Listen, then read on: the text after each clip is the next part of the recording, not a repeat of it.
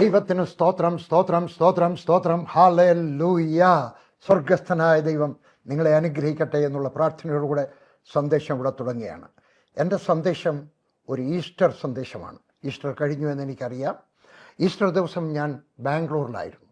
അവിടെ പ്രസംഗിച്ച പ്രസംഗം എനിക്കിഷ്ടപ്പെട്ടതുകൊണ്ട് നിങ്ങൾക്ക് പ്രയോജനമായിരിക്കുമെന്ന് വിചാരിച്ചിട്ട് ഞാൻ ഈ സന്ദേശം ഇന്ന് തരികയാണ്.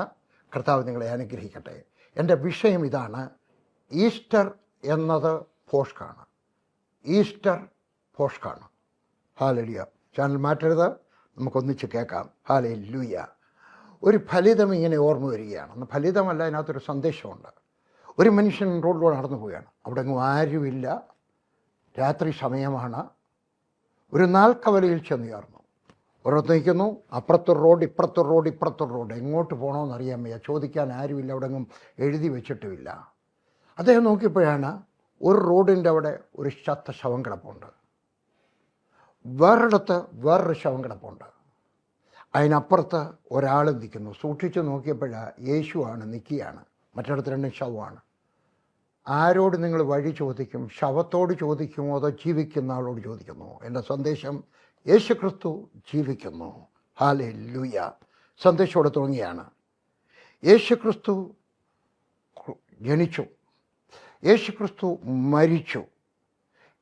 ഈ മരിച്ച ആഴ്ചയ്ക്ക് പാഷൻ വീക്ക് എന്നാണ് ഇംഗ്ലീഷിൽ പറയുന്നത്. ഞാൻ പട്ടാളത്തിലായിരിക്കുമ്പോൾ ഒരിക്കലും എനിക്കൊരു അവധി വേണമായിരുന്നു. ഞാൻ വിശ്വാസിയോ അല്ല, ക്രിസ്ത്യാനിയോ അല്ല പോലെ കേട്ടോ. ചർച്ച് പോലും ഒരിക്കലും കണ്ട് വഴക്കുണ്ടാക്കാൻ പോയതേ ഉള്ളൂ. പട്ടാളത്തിൻ്റെ ചർച്ചിനകത്ത് ഒരാഴ്ചത്തെ അവധി വേണം. അതുകൊണ്ട് ഞാൻ അവധിക്ക് അപേക്ഷിച്ചു. ഞാനൊരു ചെറിയ സെക്ഷനകത്തെ ഹെഡ് ക്ലർക്കാണ്. അപ്പം ഞാൻ ഹെഡ് ക്ലർക്ക് ആയതുകൊണ്ട് എനിക്ക് അവധി കിട്ടണമെങ്കിൽ വലിയ ഓഫീസറുടെ പോകണം. അപ്പോൾ എൻ്റെ ആപ്ലിക്കേഷൻ അവിടെ ചെന്നു. അതിനകത്ത് എഴുതിയിരുന്നു പാഷൻ വീക്ക് സെലിബ്രേറ്റ് ചെയ്യാനാണെന്ന്. അദ്ദേഹം ഒരു ആംഗ്ലോ ഇന്ത്യനാണ്, മേജർ സോളമൻ. അതുകൊണ്ട് എനിക്കറിയാം കിട്ടുമെന്ന് എനിക്കറിയാം. അയാളും നാമധേയ ക്രിസ്ത്യാനിയാണ്. അവിടുത്തെ ഹെഡ് ക്ലർക്ക് ഒരു ബംഗാളിയാണ്. അയാളെന്നെ വിളിച്ചു. വർഗീഷേ, പാഷൻ എന്നുള്ളതിൻ്റെ അർത്ഥം അറിയാമോ? അതിനൊരു ദുരർത്ഥം കൂടുണ്ട് കേട്ടോ. ദുരർത്ഥം വെച്ചാൽ അമിത സ്നേഹം, പെൺകുട്ടികളോട്, ആൺകുട്ടികൾ, അതാണ് പാഷൻ. അതിനകത്തൊരർത്ഥങ്ങളുണ്ട്. ഞാൻ പറഞ്ഞു എനിക്കറിയാം, എഴുതിക്കൊള്ളാം. അപ്പോൾ പാഷൻ വീക്ക് എന്നാണ് പറയുന്നത്. പാഷൻ വീക്കിനകത്ത് 4 പ്രധാനപ്പെട്ട ദിവസങ്ങളുണ്ട്. ഒന്ന്, നമ്മളിപ്പോൾ ആഘോഷിക്കുമ്പോൾ പെസഹ വ്യാഴാഴ്ച, ദുഃഖ വെള്ളിയാഴ്ച, ദുഃഖ ശനിയാഴ്ച, ഉയർപ്പ് ദിവസം ഈസ്റ്റർ. നമുക്ക് ഈ 4 ദിവസത്തെ പറ്റിയും ചിന്തിക്കാം. എന്നായിരുന്നു വാസ്തവത്തിൽ പാസ് ഓവർ? നമുക്കറിഞ്ഞുകൂടാ. പലരും വിചാരിക്കുന്നത് വ്യാഴാഴ്ചയാണെന്നാണ്. ആയിരിക്കാൻ സാധ്യതയില്ല. വേറെ ഏതെങ്കിലും ഒരു ദിവസമാകാം. വ്യാഴാഴ്ച ആയിക്കൂടാ. ഇല്ല, ആഴ്ചയാകത്തില്ല, വ്യാഴാഴ്ച വരത്തില്ല. എൻ്റെ ഈ തെളിവുണ്ട്. പോട്ടെ, തെളിവ് ഞാൻ പിന്നീട് പറയാം. എന്നായിരുന്നു പെസഹ? പെസഹയുടെ സന്ദേശം എന്താണ്? അത് പിന്നീട് ഞാൻ പറയാം. പെസഹ എന്നായിരിക്കാം. ആയിരിക്കുമെന്ന് പറയാനൊക്കത്തില്ല, ആയിരിക്കാം. പെസഹായിക്ക് 3 സന്ദേശം പറയാനുണ്ട്. ഒന്ന്, പെസഹ ദിവസം യേശു ക്രിസ്തു വൈകുന്നേരം ആഹാരം കഴിക്കാനിരുന്നു. അത് വെച്ചുകൊണ്ട് ചില സഭക്കാർ പറയും വൈകുന്നേരം തന്നെ ഹോളി കമ്മ്യൂണിയൻ നടത്തണം. അതൊക്കെ വലിയ പ്രയാസമാണ്. അങ്ങനെയാണെങ്കിൽ സ്നാനപ്പെടാനായിട്ട് നമ്മൾ യെരുശലേമിൽ പോകേണ്ടി വരും, അല്ലേ? യേശു ക്രിസ്തു സ്നാനപ്പെട്ടിടത്ത് തന്നെ നമ്മൾ സ്നാനപ്പെടണം. ആറ്റി തന്നെ വേണമെന്ന് നിർബന്ധിക്കുന്നവരെ എനിക്കറിയാം. കാരണം ആ വെള്ളം ചെന്ന് കടലിൽ വീഴണം. അല്ലേ? പോട്ടെ. അപ്പോൾ എന്താണ് പെസഹ വ്യാഴാഴ്ചയുടെ പ്രത്യേകത? ഹല്ലേലൂയ. അവൻ ആഹാരം കഴിച്ച ശേഷം, വേദപുസ്തകം പറയുന്നു, വാക്യങ്ങളൊക്കെ എടുത്താൽ ഒത്തിരി സമയം എടുക്കും, അതുകൊണ്ട് ഇച്ചിരി വേഗത്തിൽ പോവുകയാണ്. അവൻ അപ്പം എടുത്തു നുറുക്കി ശിഷ്യന്മാർക്ക് കൊടുത്തു. ചില സഭകളിലൊക്കെ ചെല്ലുമ്പോൾ കർത്തൃമേശയ്ക്ക് ഓരോ അപ്പം തരുന്നവരുണ്ട്. ഞാൻ കഴിഞ്ഞ ആഴ്ചയും ചെന്നിടത്ത് അങ്ങനെയായിരുന്നു. എനിക്ക് വിരോധമൊന്നുമില്ല, ചില ചോദ്യമുണ്ട്. പക്ഷെ ഞാൻ തന്നെ കർത്തൃമേശ നടത്തുവാണെങ്കിൽ ഞാൻ അപ്പം എടുത്ത് നുറുക്കി കൊടുക്കും. കാരണം യേശു നുറുക്കി കൊടുത്തു. അതിനകത്തൊരു അർത്ഥം കൂടുണ്ട്, അല്ലേ? അല്ലെ, നുറുങ്ങി. ഹല്ലേലൂയ. പലയിടത്തായിരുന്ന ഗോതമ്പ് ഒന്നിച്ചു കൊണ്ടുവന്ന് പൊടിച്ച്, അല്ലേ? ചിലത് കറുത്ത മനുഷ്യരായിരിക്കാം, വെളുത്ത മനുഷ്യരായിരിക്കാം, താഴ്ന്ന ജാതിക്കാരന് പക്ഷേ കർത്താവിൽ വന്നു കഴിയുമ്പോൾ എല്ലാം കൂടെ ഒരപ്പമായി തീരുന്നു. നല്ല അസാധാരണമായൊരു സന്ദേശമാണ് ഇവിടെ. ഇവിടെ അവൻ അപ്പം എടുത്തിട്ട് ശിഷ്യന്മാർക്ക് കൊടുത്തു.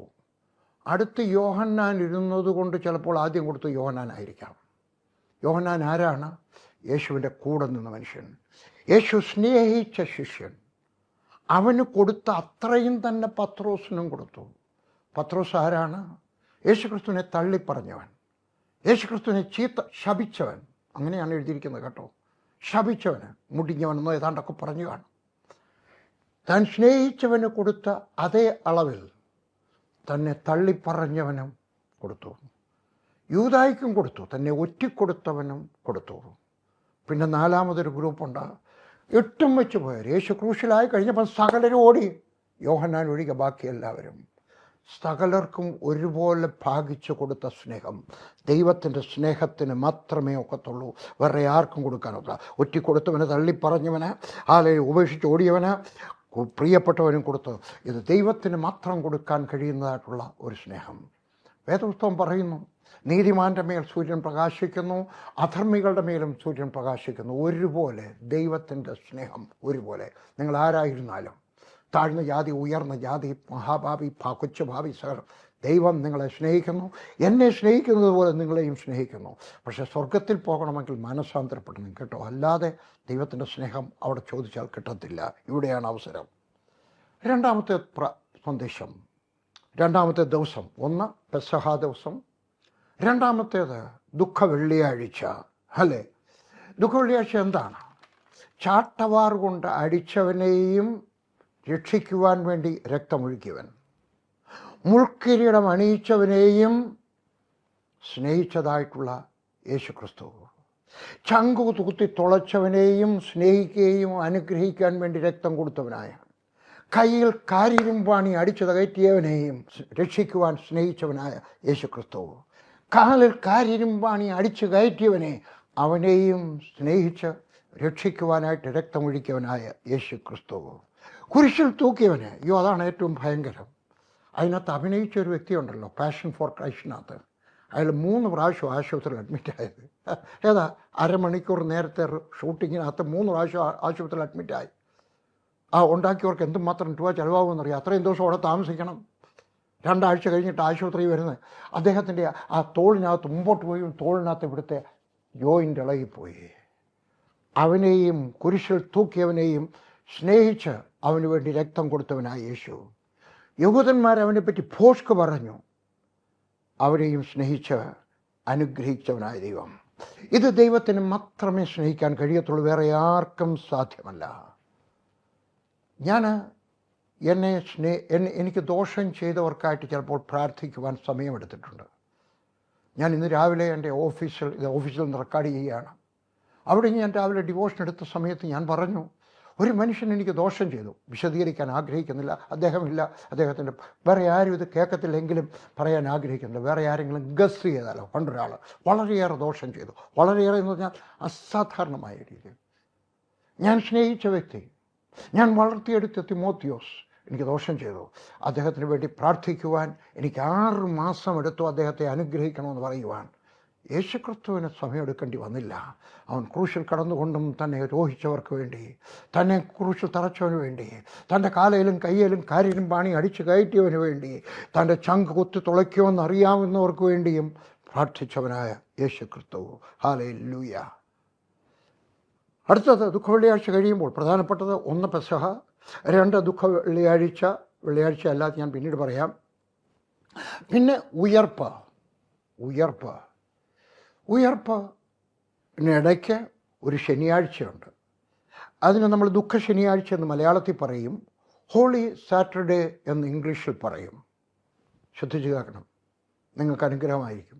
എനിക്ക് അനുഗ്രഹമാണ് ഞാനിത് പ്രസംഗിക്കുമ്പോൾ.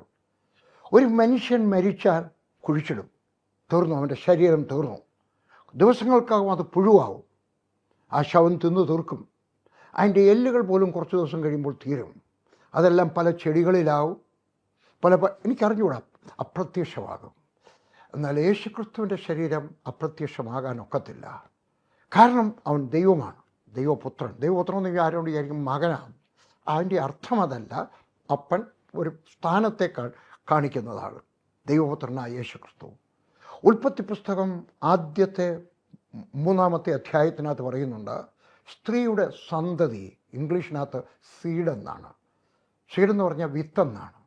സ്ത്രീയുടെ വിത്ത് എന്ന് പറഞ്ഞാൽ വിത്ത് പുരുഷൻ്റെയാണ്, അതെനിക്കറിയാം. പക്ഷേ സ്ത്രീയുടെ സന്തതി സീഡ്. വേദപുസ്തകത്തിനകത്ത് ആദ്യം മുതൽ അവസാനം വരെ ഗ്രീക്ക് ഭാഷയിൽ നോക്കാമെങ്കിൽ, എബ്രായ ഭാഷയിൽ നോക്കാമെങ്കിൽ എല്ലായിടത്തും വരുന്നത് seed seed seed seed seed. ഉൽപ്പത്തി പുസ്തകത്തിൻ്റെ ഒരു തർജ്ജിമ, ഒരു നോട്ട് എൻ്റെ കയ്യിലുണ്ട്, അച്ചടിച്ച ഒരു പുസ്തകം. അതിനകത്ത് എല്ലായിടത്തും വന്നു സീഡ്. ഇതേ നോക്കിയാട്ടെ, സീഡ്. ആ സീഡ് അത് തുടർച്ചയായിട്ട് വരികയാണ്. സീഡ്, ഒരു സീഡ് ഒരിക്കലും മരിക്കുന്നില്ല, ആരെങ്കിലും നശിപ്പിക്കുന്നത് വരെ. എൻ്റെ പപ്പ ഒരു തോട്ടം സൂപ്രണ്ടായിരുന്നു, റബ്ബർ തോട്ടത്തിൻ്റെ സൂപ്രണ്ടായിരുന്നു. അതോടൊപ്പം തന്നെ പപ്പ കൃഷിക്കാരനായിരുന്നു. ചിലപ്പോഴൊക്കെ പപ്പ മാവിൻ്റെ വിത്ത് കുഴിച്ചിട്ടിട്ടുണ്ട്, ചക്കക്കുരു വിതച്ചിട്ടുണ്ട്, റബ്ബറിൻ്റെ കുരു വിതച്ചിട്ടുണ്ട്. പക്ഷേ എന്നെ ഏറ്റവും കൂടുതൽ എനിക്ക് ഇഷ്ടം തോന്നിയത് പറങ്കേണ്ടി നടുന്നതാണ്. അതിൻ്റെ മുളച്ച് വരുമ്പം അതെനിക്ക് വലിയ ഇഷ്ടമാണ് തിന്നാൻ. അതുകൊണ്ട് കുഴിച്ചിട്ട് കഴിഞ്ഞ് ഞാൻ ചെന്ന് കഴിഞ്ഞ് നോക്കും. പിന്നെ പപ്പ ഒരു 2 ഏക്കർ ഭൂമിക്കകത്ത് ഒരിക്കൽ പപ്പ പറങ്ങിമാവ് വെച്ചായിരുന്നു. ആ പറങ്ങിമാവിൻ്റെ ഞാൻ ചെന്നിട്ട് ഇങ്ങനെ മാന്തി നോക്കും, വരുന്നുണ്ടോന്ന്. ഒന്നുമില്ല. ഒരു വെള്ളിയാഴ്ചയ്ക്കും ഒരു ഉയർപ്പ് ദിവസത്തിനും ഇടയ്ക്ക് ഒരു ശനിയാഴ്ചയുണ്ട്, ഒരു നിശബ്ദമായ ശനിയാഴ്ച, ഒരു ശനിയാഴ്ചയുണ്ട്. നിങ്ങൾ ഏതെങ്കിലും ഒരു ദുഃഖ വെള്ളിയാഴ്ചയ്ക്ക് അപ്പുറത്ത് നിൽക്കുകയായിരിക്കാം. നിങ്ങളിന്ന് ദുഃഖ ശനിയാഴ്ചയാണോ? ഭാര്യയ്ക്ക് ക്യാൻസറാണ്, ഭർത്താവിൻ്റെ ജോലി പോയി, മോൻ കോളേജിൽ പോയിട്ട് പഠിക്കുന്നില്ല, മകൾ കല്യാണം കഴിഞ്ഞിട്ട് കുഞ്ഞില്ല. നിങ്ങൾ ഏതെങ്കിലും ഒരു ദുഃഖ ശനിയാഴ്ചയിലാണോ? നമുക്കെല്ലാവരുടെയും ജീവിതത്തിനകത്ത് ദുഃഖ ശനിയാഴ്ച ഉണ്ടായെന്ന് വരാം. ഒരു വിത്ത് ഒരിക്കലും നശിച്ചു പോകുന്നില്ല.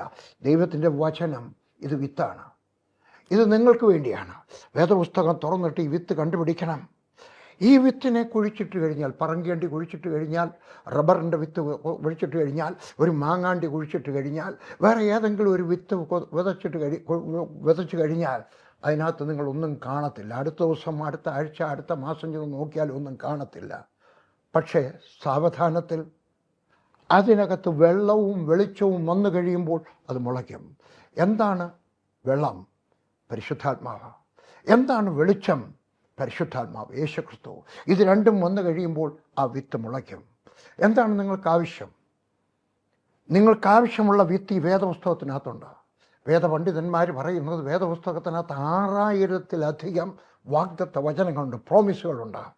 ഞാനും നീയും ആ പ്രോമിസ് കണ്ടുപിടിക്കണം. എനിക്ക് ആവശ്യമായിട്ടുള്ള പ്രോമിസ്, എൻ്റെ ഭാര്യയെ സുഖമാക്കുവാൻ, മാനസാന്തരപ്പെടാത്ത എൻ്റെ ഭർത്താവ് മാനസാന്തരപ്പെടുവാൻ, കോളേജിൽ പഠിക്കാൻ വിട്ടിട്ടും പഠിക്കാത്തതായിട്ടുള്ള എൻ്റെ മകൻ, കല്യാണം കഴിഞ്ഞിട്ടും മക്കളില്ലാത്ത എൻ്റെ മകൾ, എൻ്റെ കൊച്ചു കട ഇത് വലുതാകണം.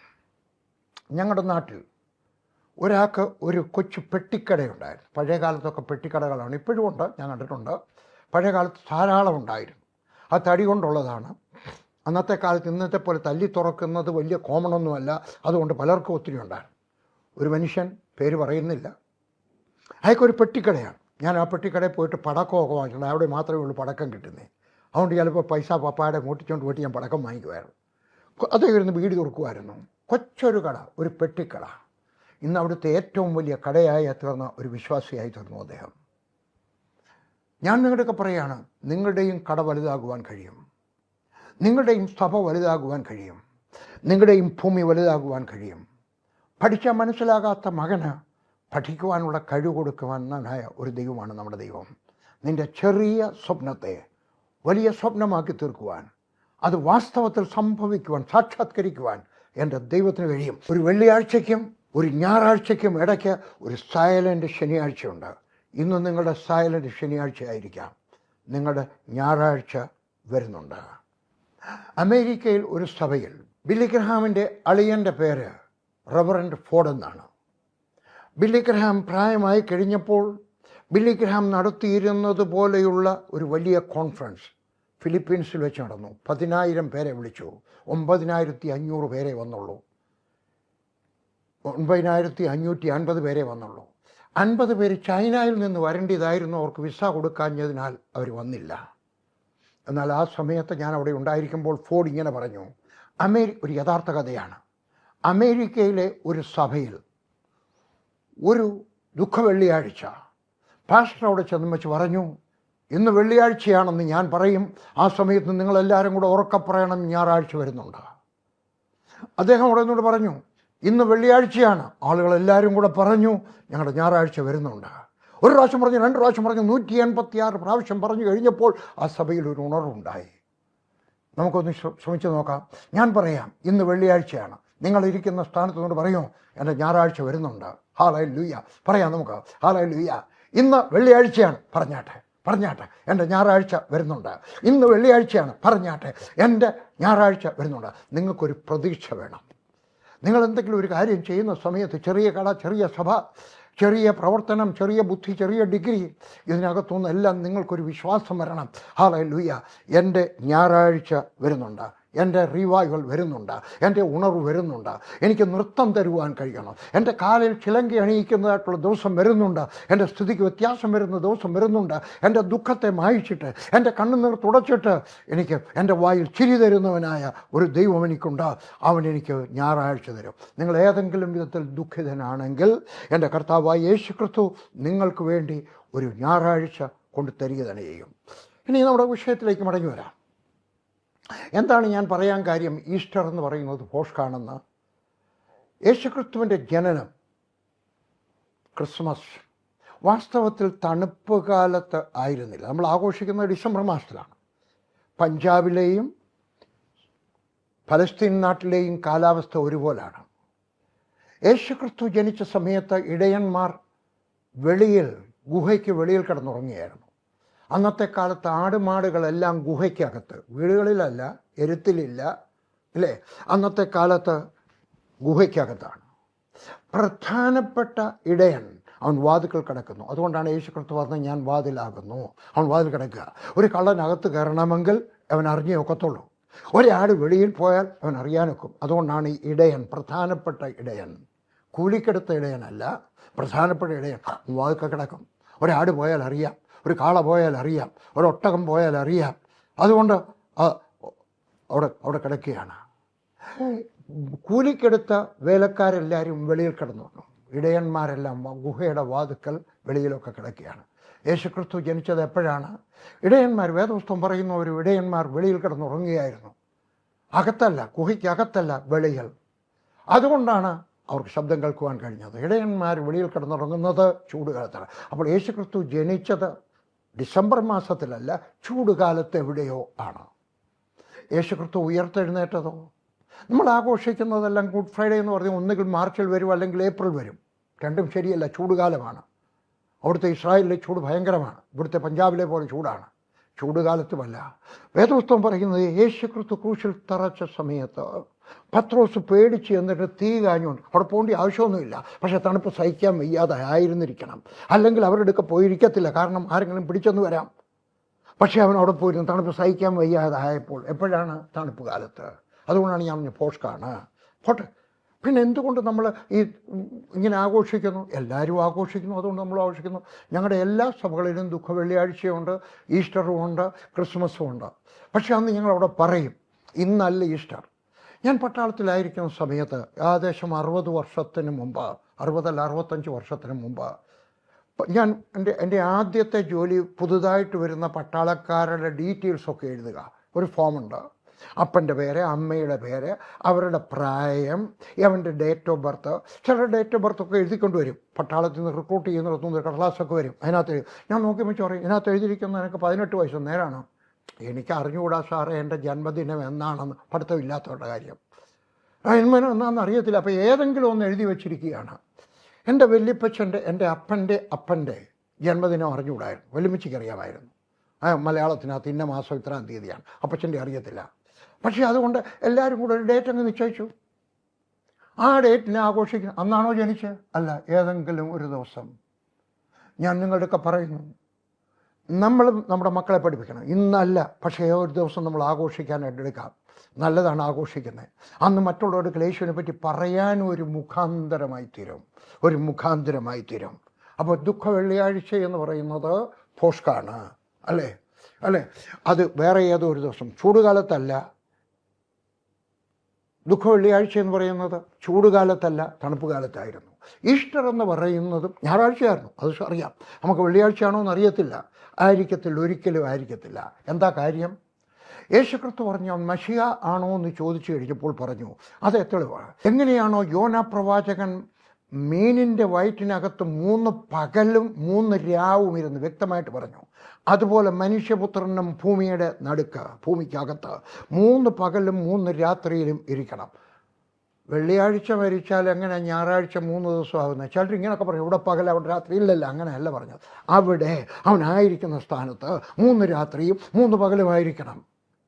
അന്നത്തെ കാലത്ത് 2 ശബത്തുണ്ട്. ഒന്ന് ആഴ്ചതോറുമുള്ള ശബത്ത്, ശനിയാഴ്ച വൈകിട്ട് തുടങ്ങി ഞായറാഴ്ച വൈകിട്ട് വരെ. അതാണ് യഹൂദൻ്റെ വേദപുസ്തക പ്രകാരം. നമ്മുടെ കേരളത്തിലുമൊക്കെ അങ്ങനെയായിരുന്നു. സാഹിബിൻ്റെ കൾച്ചർ വന്നു കഴിഞ്ഞപ്പോഴാണ് രാത്രി 12 മണിക്ക് ദിവസം മാറുന്നത്. അന്നുണ്ടായിരിക്കുന്ന വീക്ക്ലി ശബത്ത്, 2 വർഷത്തിലൊരിക്കലൊരു ശബത്ത്, അത് വലിയ ശബത്താണ്. ആ ശബത്ത് വേദപുസ്തകത്തിൽ അങ്ങനെ പറയുന്നുണ്ട്, അത് വലിയ ശബത്തായിരുന്നു. അതുകൊണ്ട് അന്നുള്ള ആ ദിവസം, ആ പെസഹ, വലിയ ശബത്തായ വലിയ പെസഹായിരുന്ന ദിവസം, അതുകൊണ്ട് ചേർന്നാണ് യേശു ക്രിസ്തു മരിച്ചത്. അപ്പോൾ അത് വ്യാഴാഴ്ച ആയിരിക്കണമെന്നില്ല, വേറൊരു പെസഹ ആയിരിക്കാം ആണെന്ന് വേദപുസ്തകം പറയുന്നു. അത് കിടക്കട്ടെ, അതൊക്കെ ചെറിയ ചെറിയ കാര്യങ്ങളാണ്. ശരി, യേശു ക്രിസ്തു മരിച്ചത് ഉയർത്തത് നമുക്കറിയാം. നമുക്ക് ഒരു ക്രിസ്ത്യാനിക്ക് ചില ഉപദേശങ്ങൾ മാറാൻ പാടില്ല, ചിലതൊക്കെ മാറാം. വൈകുന്നേരം ഹോളി കമ്മ്യൂണിയൻ നടത്തണമോ, അതോ രാവിലെ ആയിരിക്കണമോ, കാല് കഴുകിയിട്ട് വേണമോ, കാല് കഴുകാതെ വേണമോ, വെള്ളവസ്ത്രം ധരിക്കണമോ, ആഭരണം ഇടാം, ഇതൊക്കെ മൈനർ കാര്യങ്ങളാണ്. മേജറായിട്ടുള്ള കാര്യങ്ങൾ ഇതാ ഞാൻ എഴുതി വച്ചിരിക്കുകയാണ്. ഒന്ന്, യേശുക്രിസ്തു കന്യകയിൽ ജനിച്ചു, അതിന് വ്യത്യാസം ഉണ്ടാകാൻ പാടില്ല. യേശുക്രിസ്തു ക്രൂശിൽ മരിച്ചു, അതിന് വ്യത്യാസം ഉണ്ടാകാൻ പാടില്ല. യേശുക്രിസ്തു ഉയർത്തെഴുന്നേറ്റു, അതിന് വ്യത്യാസം ഉണ്ടാകാൻ പാടില്ല. യേശുക്രിസ്തു സ്വർഗത്തിലേക്ക് കരേറിപ്പോയി, അതിന് വ്യത്യാസം ഉണ്ടാകാൻ പാടില്ല. യേശുക്രിസ്തു വീണ്ടും വരും, അതിന് വ്യത്യാസം ഉണ്ടാകാൻ പാടില്ല. 2 വരവുണ്ട്. ഒന്ന് രഹസ്യമായിട്ടുള്ള വരവ്, സൈലൻ്റ് ആയിട്ടുള്ള വരവ്. കാഹളം മുഴങ്ങും, മാനസാന്തരപ്പെട്ടവർ മാത്രം ആ ശബ്ദം കേൾക്കും, അവരെല്ലാവരും ഉയർത്തെഴുന്നേൽക്കും. മരിച്ചവരാദ്യം, പിന്നെ ജീവനോടെയുള്ളവർ ഉയർത്തെഴുന്നേൽക്കും. അത് സീക്രട്ട് കമ്മിങ്. അന്ന് മധ്യാകാശത്തിൽ അവിടെ നിൽക്കും. 7 വർഷം അവിടെ നമ്മളായിരിക്കും. അന്തിക്രിസ്തുവിൻ്റെ ഭരണമായിരിക്കും അവിടെ. രണ്ടാമത്, യേശുക്രിസ്തു തൻ്റെ സഭയോടുകൂടി ദൈവദൂതന്മാരുടെ കൂടെ ഇറങ്ങി വരും. എവിടെ വരും? അവൻ വരുന്ന സമയത്ത് ഒലിവുമലയിൽ, യെരുശലേമിൽ ഒലിവുമലയിൽ അവൻ്റെ കാല് വയ്ക്കും. ഞാനിങ്ങനെ വായിച്ചിട്ടുണ്ട് ചിലർ പ്രസംഗിക്കുന്നത്. പാട്ടുമുണ്ടല്ലേ, ഒലിവുമല പൊട്ടി, ഇതാ കർത്താവ് വരാറായി. അവിടെ ഞാൻ ആളുകളുടെ കൂടെ പോകുമ്പോൾ ടീമിനകത്ത് കൊണ്ടുപോകുന്ന സമയത്ത് ഞാനായിരിക്കും ചിലപ്പോൾ സ്പിരിച്വൽ ഗൈഡ്, എപ്പോഴുമല്ല ചിലപ്പോഴൊക്കെ. അവിടെയുള്ള ഗൈഡുമാരുണ്ട്. അവിടെ ചെല്ലുന്ന സമയത്ത് ഞാൻ കണ്ടിട്ടുണ്ട്, നിങ്ങൾക്ക് അവിടെ ഇപ്പോൾ ചെന്നെങ്കിൽ കാണാം. അത് തുടങ്ങിയത് ഒരു ഹോളിഡേ ഇൻ ഹോട്ടലായിട്ടാണ് തുടങ്ങിയത്. ഇപ്പോൾ വേറെ ഏതോ കമ്പനിക്കാരുടെയാണ്. ഹോളിഡേ ഇൻകാർ ഹോട്ടലുകാർ പണിയാനായിട്ട് 5 നിലയുടെ പെർമിഷൻ വാങ്ങിച്ചു. അവരെ അടിത്തറ എടുത്തുകൊണ്ടിരിക്കുമ്പം കണ്ടു അത് പൊട്ടിയിരിക്കുന്നു. അത് വെച്ചോണ്ടാണ് പറയുന്നത്, ആണ്ട ഒലിവുമല പൊട്ടി കേട്ടോ, അത് പിളർന്നു തുടങ്ങി. ഞാൻ അവിടെ നിന്നുകൊണ്ട് പറയും, ദൈവത്തിന് പതുക്കെ പതുക്കെ പൊട്ടിച്ച് വലുതാക്കാൻ കൊണ്ടുപോകേണ്ട ആവശ്യമില്ല. 2 വശത്തും കാല് വയ്ക്കുമെന്നാണ് പറഞ്ഞിരിക്കുന്നത്. ഇല്ല, ചിലപ്പോൾ അത് നമുക്കൊരു മുന്നറിയിപ്പായിരിക്കാം കേട്ടോ. നമ്മുടെ കർത്താവ് വരും, പോട്ടെ, എങ്ങനെയോ ആയിക്കോട്ടെ. അവൻ രണ്ടാമത് വരുമ്പോൾ യെരുശലേമിൽ അവൻ്റെ സിംഹാസനം വയ്ക്കും. ഒലിവുമലയിൽ അവൻ 2 കാല് വയ്ക്കും, അവിടെ ഇരിക്കും, അവിടെ വയ്ക്കും. ഇതിനകത്ത് വ്യത്യാസം ഉണ്ടാകാൻ പാടില്ല. ഒന്നുകൂടെ പറയണമോ? അവൻ്റെ കന്യകാജനനം, ക്രൂശ് മരണം, അവൻ്റെ ഉയർത്തെഴുന്നേൽപ്പ്, അവൻ സ്വർഗത്തിലേക്ക് പോയി, അവൻ വീണ്ടും വരും. ഇതിനകത്ത് വ്യത്യാസം ഉണ്ടാകാൻ പാടില്ല. ഞാൻ വേദപുസ്തകത്തിൽ നിന്നൊരു ഭാഗം വായിക്കട്ടെ. വേദപുസ്തകം നിങ്ങളുടെ കയ്യിലുണ്ടോ? ഉയർപ്പ് ദിവസത്തിൻ്റെ സന്ദേശമാണല്ലോ. 20-ാം അധ്യായം, യോഹന്നാൻ്റെ സുവിശേഷം, 1-ാമത്തെ വാക്യം. ആഴ്ചവട്ടത്തിൻ്റെ 1-ാം നാൾ മഗ്ദലക്കാരത്തി മറിയ രാവിലെ ഇരുട്ടുള്ളപ്പോൾ തന്നെ കല്ലറയ്ക്കൽ ചെന്നു. കല്ലറ വായ്ക്കൽ നിന്ന് കല്ല് നീങ്ങിയിരിക്കുന്നത് കണ്ടു. ഇവിടെ എഴുതിയിരിക്കുന്നത് ഒരു സ്ത്രീ പോയെന്നാണ്. എന്നാൽ മർക്കോസിൻ്റെ സുവിശേഷം 16-ാം അധ്യായത്തിൻ്റെ 1-ാമത്തെ വാക്യത്തിനകത്ത് 3 സ്ത്രീകൾ പോയെന്നാണ്. അപ്പോൾ ഏതാ ശരി? ഞാനിത് ബാംഗ്ലൂരിൽ പ്രസംഗിക്കുന്ന സമയത്ത് പറഞ്ഞു, വേണമെങ്കിൽ പാസ്റ്റർക്ക് പറയാം, PG വർഗീസ് ഈസ്റ്റർ ദിവസം ഞങ്ങളുടെ സഭയിൽ വന്ന് പ്രസംഗിച്ചു. അദ്ദേഹത്തിൻ്റെ ഭാര്യ വേറൊരാളിനെ വിളിച്ചു, ഇന്നറിയാമോ, ഇന്ന് ആരാ ഞങ്ങളോ നിന്ന്? പാസ്റ്റർ PG വർഗീസും അദ്ദേഹത്തിൻ്റെ ഭാര്യ ലില്ലി ആൻറ്റിയും പിന്നെ അദ്ദേഹത്തെ കൊണ്ടുവന്ന അബി ബ്രദറും, വേറൊരു ബ്രദറാണ്, എന്നെ കൊണ്ടുപോയ സഹോദരനാണ്. 3 പേര് വന്നിരുന്നു. ഇതിനകത്ത് ഏതാ ശരി? 2ഉം ശരിയാണ്. ഇവിടെ എഴുതിയിരിക്കുന്ന ഒരു സ്ത്രീ. പലപ്പോഴും എഴുതുമ്പോൾ അതിൻ്റെ ലീഡറിൻ്റെ പേരേ പറയത്തുള്ളൂ, ചിലപ്പോൾ എല്ലാവരുടെയും പേര് പറഞ്ഞെന്ന് വരാം. അവർ 3 പേരും കൂടെ പോവുകയാണ്. എന്നെ നോക്കിയിട്ട് എന്നെ സംബന്ധിച്ചുള്ള ഇവർ 3 പേര് ഹീറോകളാണ്. ഞാൻ സ്വർഗത്തിൽ ചെല്ലുമ്പോൾ അവരെ കാണുമ്പോൾ അവരുടെ കൈ പിടിച്ച്, അവിടെ പുരുഷനും സ്ത്രീയും ഇല്ല, അതുകൊണ്ട് ഹഗ് ചെയ്യാനൊക്കും. എനിക്ക് സ്ത്രീകൾക്ക് കൈ കൊടുക്കാൻ പോലും ചെറിയൊരു നാണമുള്ള കൂട്ടത്തിലാണ്. ഹഗ് ചെയ്യുന്ന എന്നെക്കൊണ്ട് വലിയ പ്രയാസത്തിലുമാണ്. പക്ഷേ അവിടെ ചെല്ലുമ്പോൾ ഞാൻ അവരുടെ കൈക്ക് പിടിച്ച് റൂം കൊടുക്കാൻ ആഗ്രഹിക്കുകയാണ്. കാരണം വേറെ ആരും പോകാൻ ധൈര്യപ്പെടാത്ത സമയത്ത് 3 സ്ത്രീകൾ പോകുന്നു. നമുക്കിപ്പോൾ ഒരു സ്ത്രീയെ പറ്റി പറയാം, എങ്കിലേ ഭാഗം വായിക്കുമ്പോൾ ശരിയാകുള്ളൂ. 3 മനസ്സിൽ കിടക്കട്ടെ. ഞാനവരൊക്കെ പറയാണ് പോകാൻ പാടില്ല. ഞാൻ 12 കാരണങ്ങൾ എഴുതി വച്ചിരിക്കണം. പോകാൻ പാടില്ല, പോകാൻ പാടില്ല, പോകാൻ പാടില്ല. ഞാനൊരു പുസ്തകം എഴുതിയിട്ടുണ്ട്, ഗുരുപാദങ്ങളിൽ ഒരു വേദപഠനം. കഴിയുമെങ്കിൽ ആ പുസ്തകം വാങ്ങിച്ച് വായിക്കുക. ഓരോ വാക്യവും എടുത്തിട്ട് യോഹന്നാൻ 20, 21 ഓരോ വാക്യങ്ങളും എടുത്തിട്ട് ഞാൻ നീട്ടി എഴുതിയിരിക്കുകയാണ്. ഹല്ലേലൂയ. ഇന്ന് അറിയാവുന്ന കാര്യങ്ങൾ അന്ന് അറിയത്തില്ലായിരുന്നു. അന്ന് 4-5 കാര്യമേ എഴുതിയുള്ളൂ. പക്ഷേ ഇന്ന് ഞാൻ 12 കാരണങ്ങൾ കാണുകയാണ് ഈ സ്ത്രീയോട് പറയാൻ പോകാൻ പാടില്ല. Number 1, when it was dark, ഇരുട്ടുള്ളപ്പോൾ തന്നെ. ഈ പറയുന്നതിൻ്റെ അർത്ഥം അവരുടെ യഹൂദന്മാരുടെ പലസ്തീൻ നാട്ടിൽ ഉദയനക്ഷത്രം ഉദിക്കുമ്പോഴാണ് ആളുകൾ യാത്രയ്ക്ക് പോകുന്നത്. ഇരുട്ടുള്ളപ്പോൾ തന്നെ ഉദയനക്ഷത്രം ഉദിച്ചു. നല്ല ഇരുട്ടാണ്. നിങ്ങളുടെ അപ്പച്ചൻ്റെ ഒക്കെ ചോദിച്ചാട്ടെ, വല്യപ്പച്ചൻ്റെ ഒക്കെ ചോദിച്ചാട്ടെ, ഉദയനക്ഷത്രം പെരുമീൻ ഉദിക്കുന്ന സമയത്ത് നല്ല ഇരുട്ടായിരിക്കും. ഈ സ്ത്രീകൾ ഓരോ നല്ല ഇരുട്ടാണ്, ഞങ്ങൾ പോവും. എന്തുകൊണ്ട്? അതിൻ്റെ മറുപടി ഞാൻ അവസാനം പറയാം. 2, അവരെവിടുന്ന യാത്ര തുടങ്ങിയെന്ന് നമുക്കറിഞ്ഞുകൂടാ. ഞാൻ റിസർച്ച് ചെയ്തിട്ടുണ്ട്. ഞാൻ ഒത്തിരി റിസർച്ച് ചെയ്തിട്ടാണ് പറയുന്നത്. കാരണം ഞാൻ പറയുന്നത് നിങ്ങൾ എഴുതിയെടുത്തിട്ട് നിങ്ങൾ എവിടെയെങ്കിലും പോകുമ്പം തെറ്റിപ്പോയെന്ന് പറയാൻ ഇടയായിത്തരുന്നത്. അതുകൊണ്ട് ഞാൻ ഒത്തിരി റിസർച്ച് ചെയ്യും. ഇന്നത്തെ കാലത്ത് ദൈവത്തിൻ്റെ കൃപ നമുക്ക് നെറ്റിനകത്ത് പോയാൽ മുഴുവൻ റിസർച്ച് ചെയ്യാം. ഞാൻ കഴിഞ്ഞ ആഴ്ച ഈ മെസ്സേജ് ഉണ്ടാക്കുന്ന സമയത്തും കേരളത്തിൽ എനിക്കറിയാവുന്ന ഈ ഭാഗത്ത് ഒത്തിരി പ്രാവശ്യം പോയിട്ടുള്ള ഒരു സഹോദരൻ വിളിച്ചു ചോദിച്ചു അവരെവിടെ നിന്നായിരിക്കും പോയത്. അവർ പറഞ്ഞു ഞങ്ങളെ നമുക്കറിഞ്ഞുകൂടാ, മിക്കവാറും ബഥനിയിൽ നിന്നായിരിക്കാം. മിക്കവാറും ബഥനിയിൽ നിന്നോ. ഞാൻ വീണ്ടും റിസർച്ച് ചെയ്തു. ബഥനിയിൽ നിന്ന് യേശുക്രിസ്തുവിനെ ക്രൂശീകരിച്ച അവിടത്തേക്ക് പോകുവാൻ എത്ര ദൂരമുണ്ട്? ഇന്നത്തെ കാലത്ത് 13 കിലോമീറ്റർ ഉണ്ട്. അന്നത്തെ കാലത്ത് 10 കിലോമീറ്റർ വരത്തുള്ളൂ. എന്ന് പറഞ്ഞു കഴിഞ്ഞാൽ അന്നത്തെ കാലത്ത് കുന്നിൻ്റെ പുറത്തുള്ളൊക്കെയാണ് കയറിപ്പോകുന്നത്. ഇന്നത്തെ കാലത്ത് ഇങ്ങനെ ചുറ്റിക്കറങ്ങി പോകണം. 10 കിലോമീറ്റർ നടന്നു പോകുന്നു. പോകാൻ പാടില്ല. കരടിയാവത്ത് നിങ്ങളുടെ പെങ്ങളാണെങ്കിൽ, നിങ്ങളുടെ ഭാര്യയാണെങ്കിൽ, നിങ്ങളുടെ അമ്മയാണെങ്കിൽ, നിങ്ങളുടെ മകളാണെങ്കിൽ രാവിലെ 4 മണിക്ക് കഥ തുറന്നു എവിടെ പോവാ? ഞാൻ പള്ളിയിൽ പോവാ, പ്രാർത്ഥിക്കാൻ പോവാ, എന്താ പറയുക? കരടിയാവത്ത് നേരം വെളുത്തിട്ട് സൂര്യൻ ഉദിച്ചിട്ട് പോകാൻ അവർ പോവുകയാണ്. നല്ല ഇരുട്ടുള്ളപ്പോൾ 10 കിലോമീറ്റർ നടന്നു പോകണം. നിങ്ങളുടെ വീടിൻ്റെ അവിടെ നിന്ന് ഒരു 10 കിലോമീറ്റർ ദൂരം എന്തുമാത്രം ഉണ്ടെന്നാണ്. രാത്രി നടന്നു പോകാൻ നിങ്ങളുടെ പെങ്ങൾ ഇറങ്ങി പോകാൻ പാടില്ല. നിങ്ങൾ പോകും. എന്തുകൊണ്ട്? 3-ാമത്തെ കാര്യം, കാടും ഇരുണ്ട വഴിയുമാണ്, കൊള്ളക്കാരുള്ള സ്ഥലമാണ്. അയ്യോ അവിടെ ഒന്നും ആരും ഇല്ലാത്ത വലിയൊരു കുന്നാണ്, പോകാൻ പാടില്ല. നിങ്ങൾ പോകും. എന്തുകൊണ്ട്? 4, ആരെങ്കിലും കണ്ടാൽ അപവാദം. ഇവിടെ പിന്നെ 4 മണിക്ക് ഒരു പെണ്ണ് ഇറങ്ങി പോവാണ്, മൂടി പുതച്ച് പോവാണ്. കാണുന്നവരെന്താ? അവൾ ഏതാണ്ട് കുരുത്തക്കേട് കാണിക്കാൻ പോവാണ്. അപവാദം ഉണ്ടാകാം. നിങ്ങളുടെ പെങ്ങളെപ്പറ്റി, നിങ്ങളുടെ ഭാര്യയെപ്പറ്റി, നിങ്ങളുടെ അമ്മയെപ്പറ്റി, നിങ്ങളെപ്പറ്റി ഒരപവാദം ഉണ്ടായാൽ നിങ്ങൾ എങ്ങനെ സഹിക്കും? ഇല്ല, പോകരുത്. നിങ്ങൾ പോകും. എന്തുകൊണ്ട്?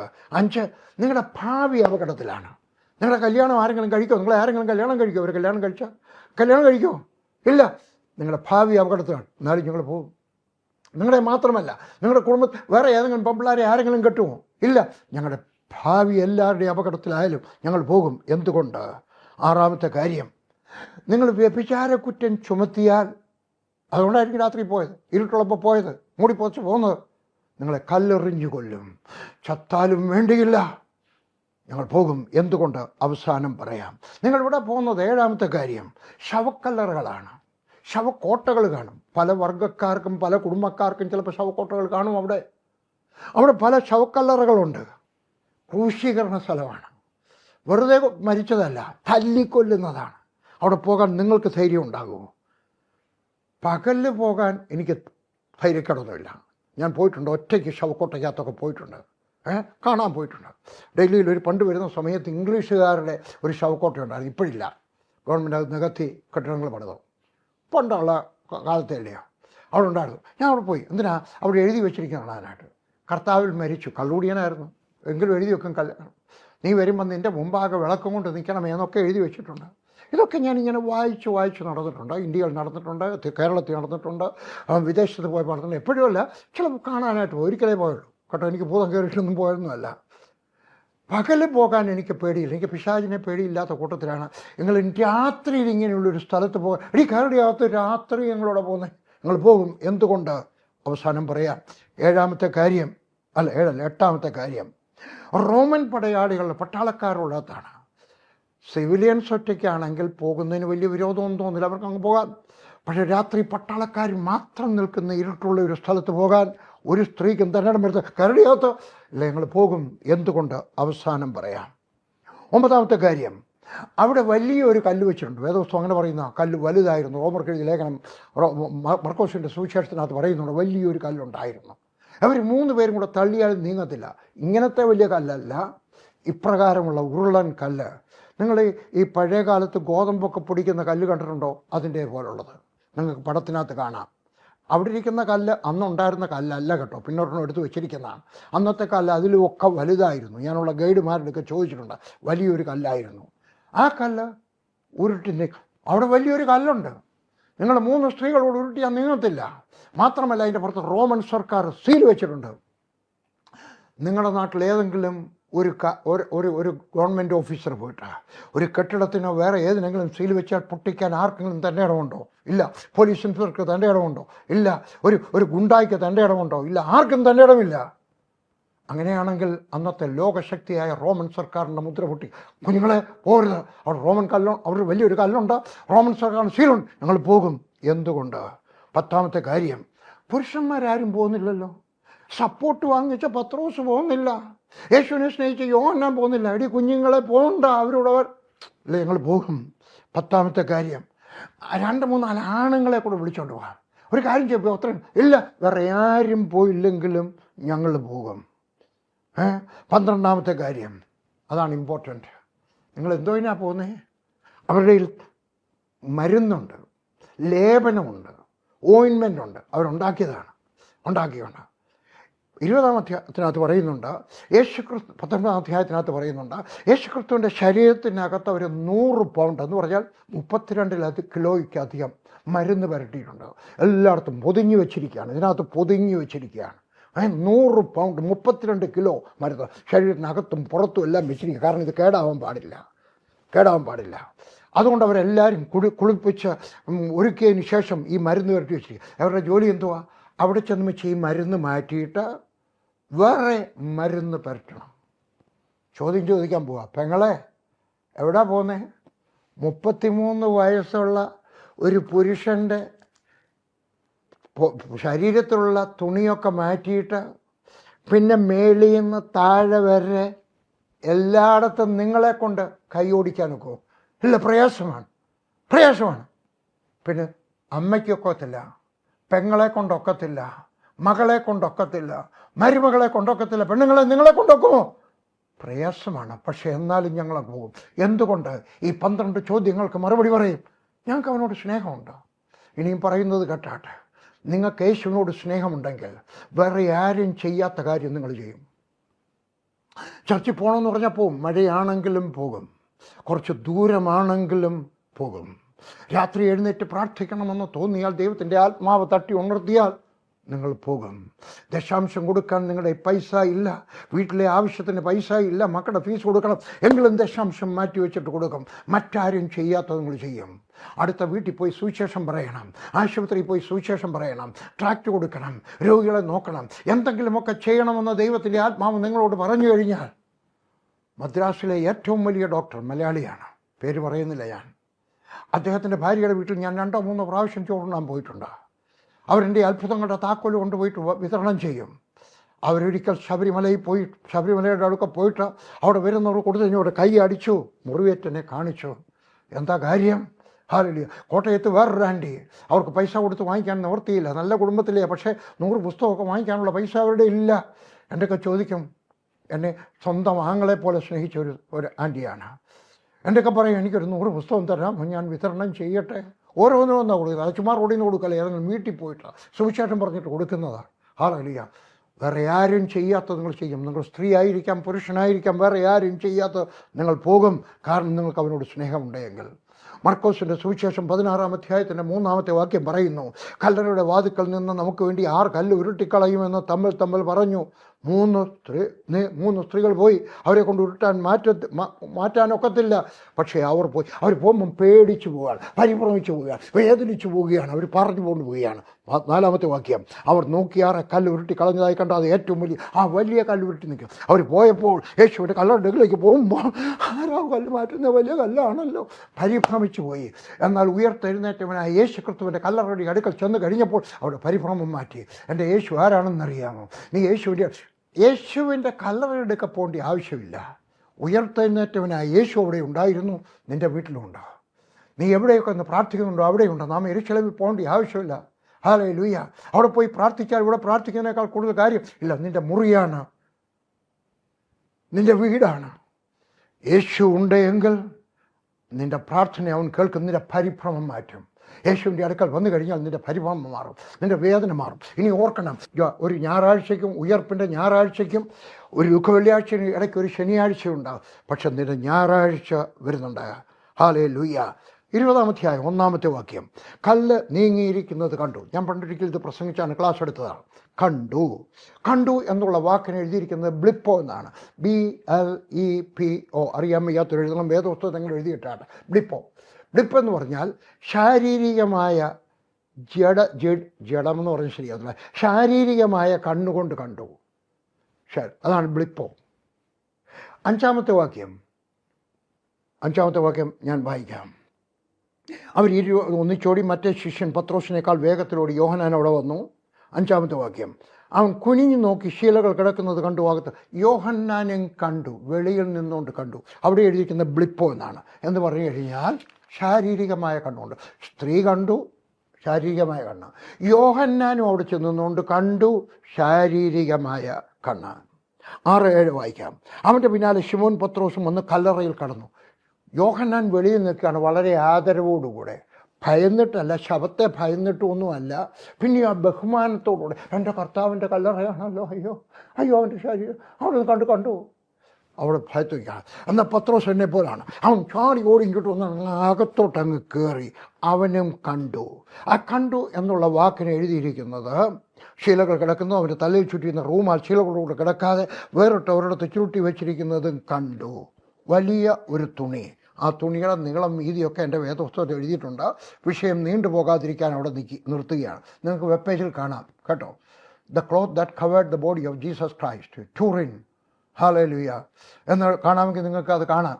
ഞാൻ ആ തുണി കണ്ടിട്ടുണ്ട് കേട്ടോ. ആ തുണിയാണെന്ന് ഞാൻ വാദിക്കുന്നില്ല, സയൻറ്റിസ്റ്റുമാർക്ക് പോലും അറിയത്തില്ല. നിങ്ങൾക്ക് അതിനകത്ത് നോക്കാൻ കാണാം, shroud, SHROUD, shroud of Turin. ഇറ്റലിയിലെ ടൂറിൻ എന്ന് പറഞ്ഞ സ്ഥലത്തൊരു കത്തോലിക്കരുടെ പള്ളിയിൽ വെച്ചിരിക്കുകയാണ്, കാത്തലിക്സിൻ്റെ പള്ളിയിൽ വെച്ചിരിക്കുകയാണ്. ഞാനത് കണ്ടു, കാണാനുള്ളൊരു ഭാഗ്യം എനിക്കുണ്ടായി. അതിൻ്റെ ഇടത്തുവശത്ത് എഴുതിയിട്ടുണ്ട്, ഇന്ന സയൻറ്റിസ്റ്റുമാർ പറയുന്നത് ഇത് കള്ളമാണ്, ഇത് 7-ാം നൂറ്റാണ്ടിലെ 13-ാം നൂറ്റാണ്ടിലെയാണെന്നൊക്കെ പറയുന്നു. എഴുതിയിട്ടുണ്ട്. ഞാൻ പട്ടാളത്തിലായിരിക്കും സമയത്ത് റീഡേഴ്സ് ഡൈജസ്റ്റിലാണ് ആദ്യത്തെ റിപ്പോർട്ട് വന്നത്. ഞാനത് വായിച്ചു. അന്ന് പട്ടാളത്തിലിരിക്കുന്ന സമയത്ത് ഞാൻ വായിച്ചു. ഡൽഹിയിലാണ് ഞാൻ പട്ടാളത്തിലിരിക്കുകയാണ്. പിന്നെ ആ തുണി കാണാനെത്തും. അതിനകത്ത് ഒരു വശത്ത് ഇങ്ങനെ അടുത്ത് വെച്ചിട്ടുണ്ട്, ഇന്ന സയൻറ്റിസ്റ്റ്. അവർ പറഞ്ഞിട്ടുണ്ട് ഇത് ഫേക്കാണ്, ഇത് കള്ളമാണ്, ഇത് പിന്നീടുണ്ടായ 3-ാം നൂറ്റാണ്ടുണ്ടായത്, 7-ാം നൂറ്റാണ്ടുണ്ടായതാണ്. അതിൻ്റെ വലത്ത് വെച്ചിട്ടുണ്ട് ഇന്ന സയൻറ്റിസ്റ്റ് പറഞ്ഞത് ശരിയാണ്. എനിക്കും അറിഞ്ഞുകൂടാ, അവർക്കും അറിഞ്ഞുകൂടാ. അതിൻ്റെ ഏറ്റവും അവസാനം ഇനി നിങ്ങൾ നിശ്ചയിച്ചാട്ടെ, ഇത് ഫേക്ക്, ഇത് കളിപ്പീരാണോ അതോ യഥാർത്ഥമാണോ, എനിക്ക് പറഞ്ഞുകൂടാ. എന്തായാലും ആ തുണി കണ്ടു, നീളമുള്ള ഒരു തുണി. അതിനകത്ത് യേശുവിൻ്റെ ശരീരം വെച്ചിരിക്കുകയാണ്, എന്നിട്ട് മൂടിയിരിക്കുകയാണ്. എന്നിട്ട് അവൻ്റെ തലയിൽ വെച്ചിരുന്നതായിട്ടുള്ള റൂമാൽ മടക്കി മാറ്റി വെച്ചിരുന്നു. പത്രോസ് അകത്തി എന്ന് കണ്ടു. എടാ, ഈ തുണി ആരും ഇളക്കിയിട്ടില്ലല്ലോ. അവൻ്റെ ശരീരത്തിൽ പറ്റിരുന്ന മരുന്നിൻ്റെ അടയാളമൊക്കെ അവിടെ ഉണ്ടല്ലോ. അവൻ്റെ ആ മുറിവുകൾ അതെല്ലാം അവിടെ ഉണ്ടല്ലോ. ഇതെല്ലാം കൂടെ കണ്ടു കഴിഞ്ഞു. ഈ തുണി അവർ വിശ്വസിച്ചു. കാരണം there was enough proof in that cloth to tell them that the body of Jesus Christ is not stolen but is resurrected. ആ തുണിക്കകത്ത് ആവശ്യത്തിലധികം തെളിവുകൾ ഉണ്ടായിരുന്നു. ബുദ്ധിമാനാണ് പത്രോസ്. ചിലർ പറയും പഠിത്തമില്ലാത്തതിന്. ആര് പറഞ്ഞു? ആൾ MA PhD അല്ലെന്നുള്ളത് അതിൻ്റെ അർത്ഥമുള്ളൂ കേട്ടോ. അദ്ദേഹം പഠിത്തമുള്ള മനുഷ്യനാണ്. അതുകൊണ്ടാണ് ലേഖനങ്ങൾ എഴുതി വെക്കാനൊത്തത് കേട്ടോ. അതുകൊണ്ട് പഠിത്തമുള്ളവനായിരുന്നു. ഹല്ലേലൂയ. ആ തുണിക്കകത്ത് ആവശ്യമായ തെളിവുകൾ ഉണ്ടായിരുന്നു. അവൻ്റെ സ്ത്രീകൾ വന്ന് പറഞ്ഞതുപോലെ ഇല്ല, അവൻ അവൻ്റെ ശരീരം ആരും മോഷ്ടിച്ചുകൊണ്ട് പോയില്ല. അവൻ കണ്ടു, വിശ്വസിച്ചു. ഹല്ലേലൂയ. കണ്ടു. അവിടെ കണ്ടു എന്നുള്ള വാക്കിന് ഉപയോഗിച്ചിരിക്കുന്ന വാക്ക് തിയോറി എന്നാണ്. THEOREI.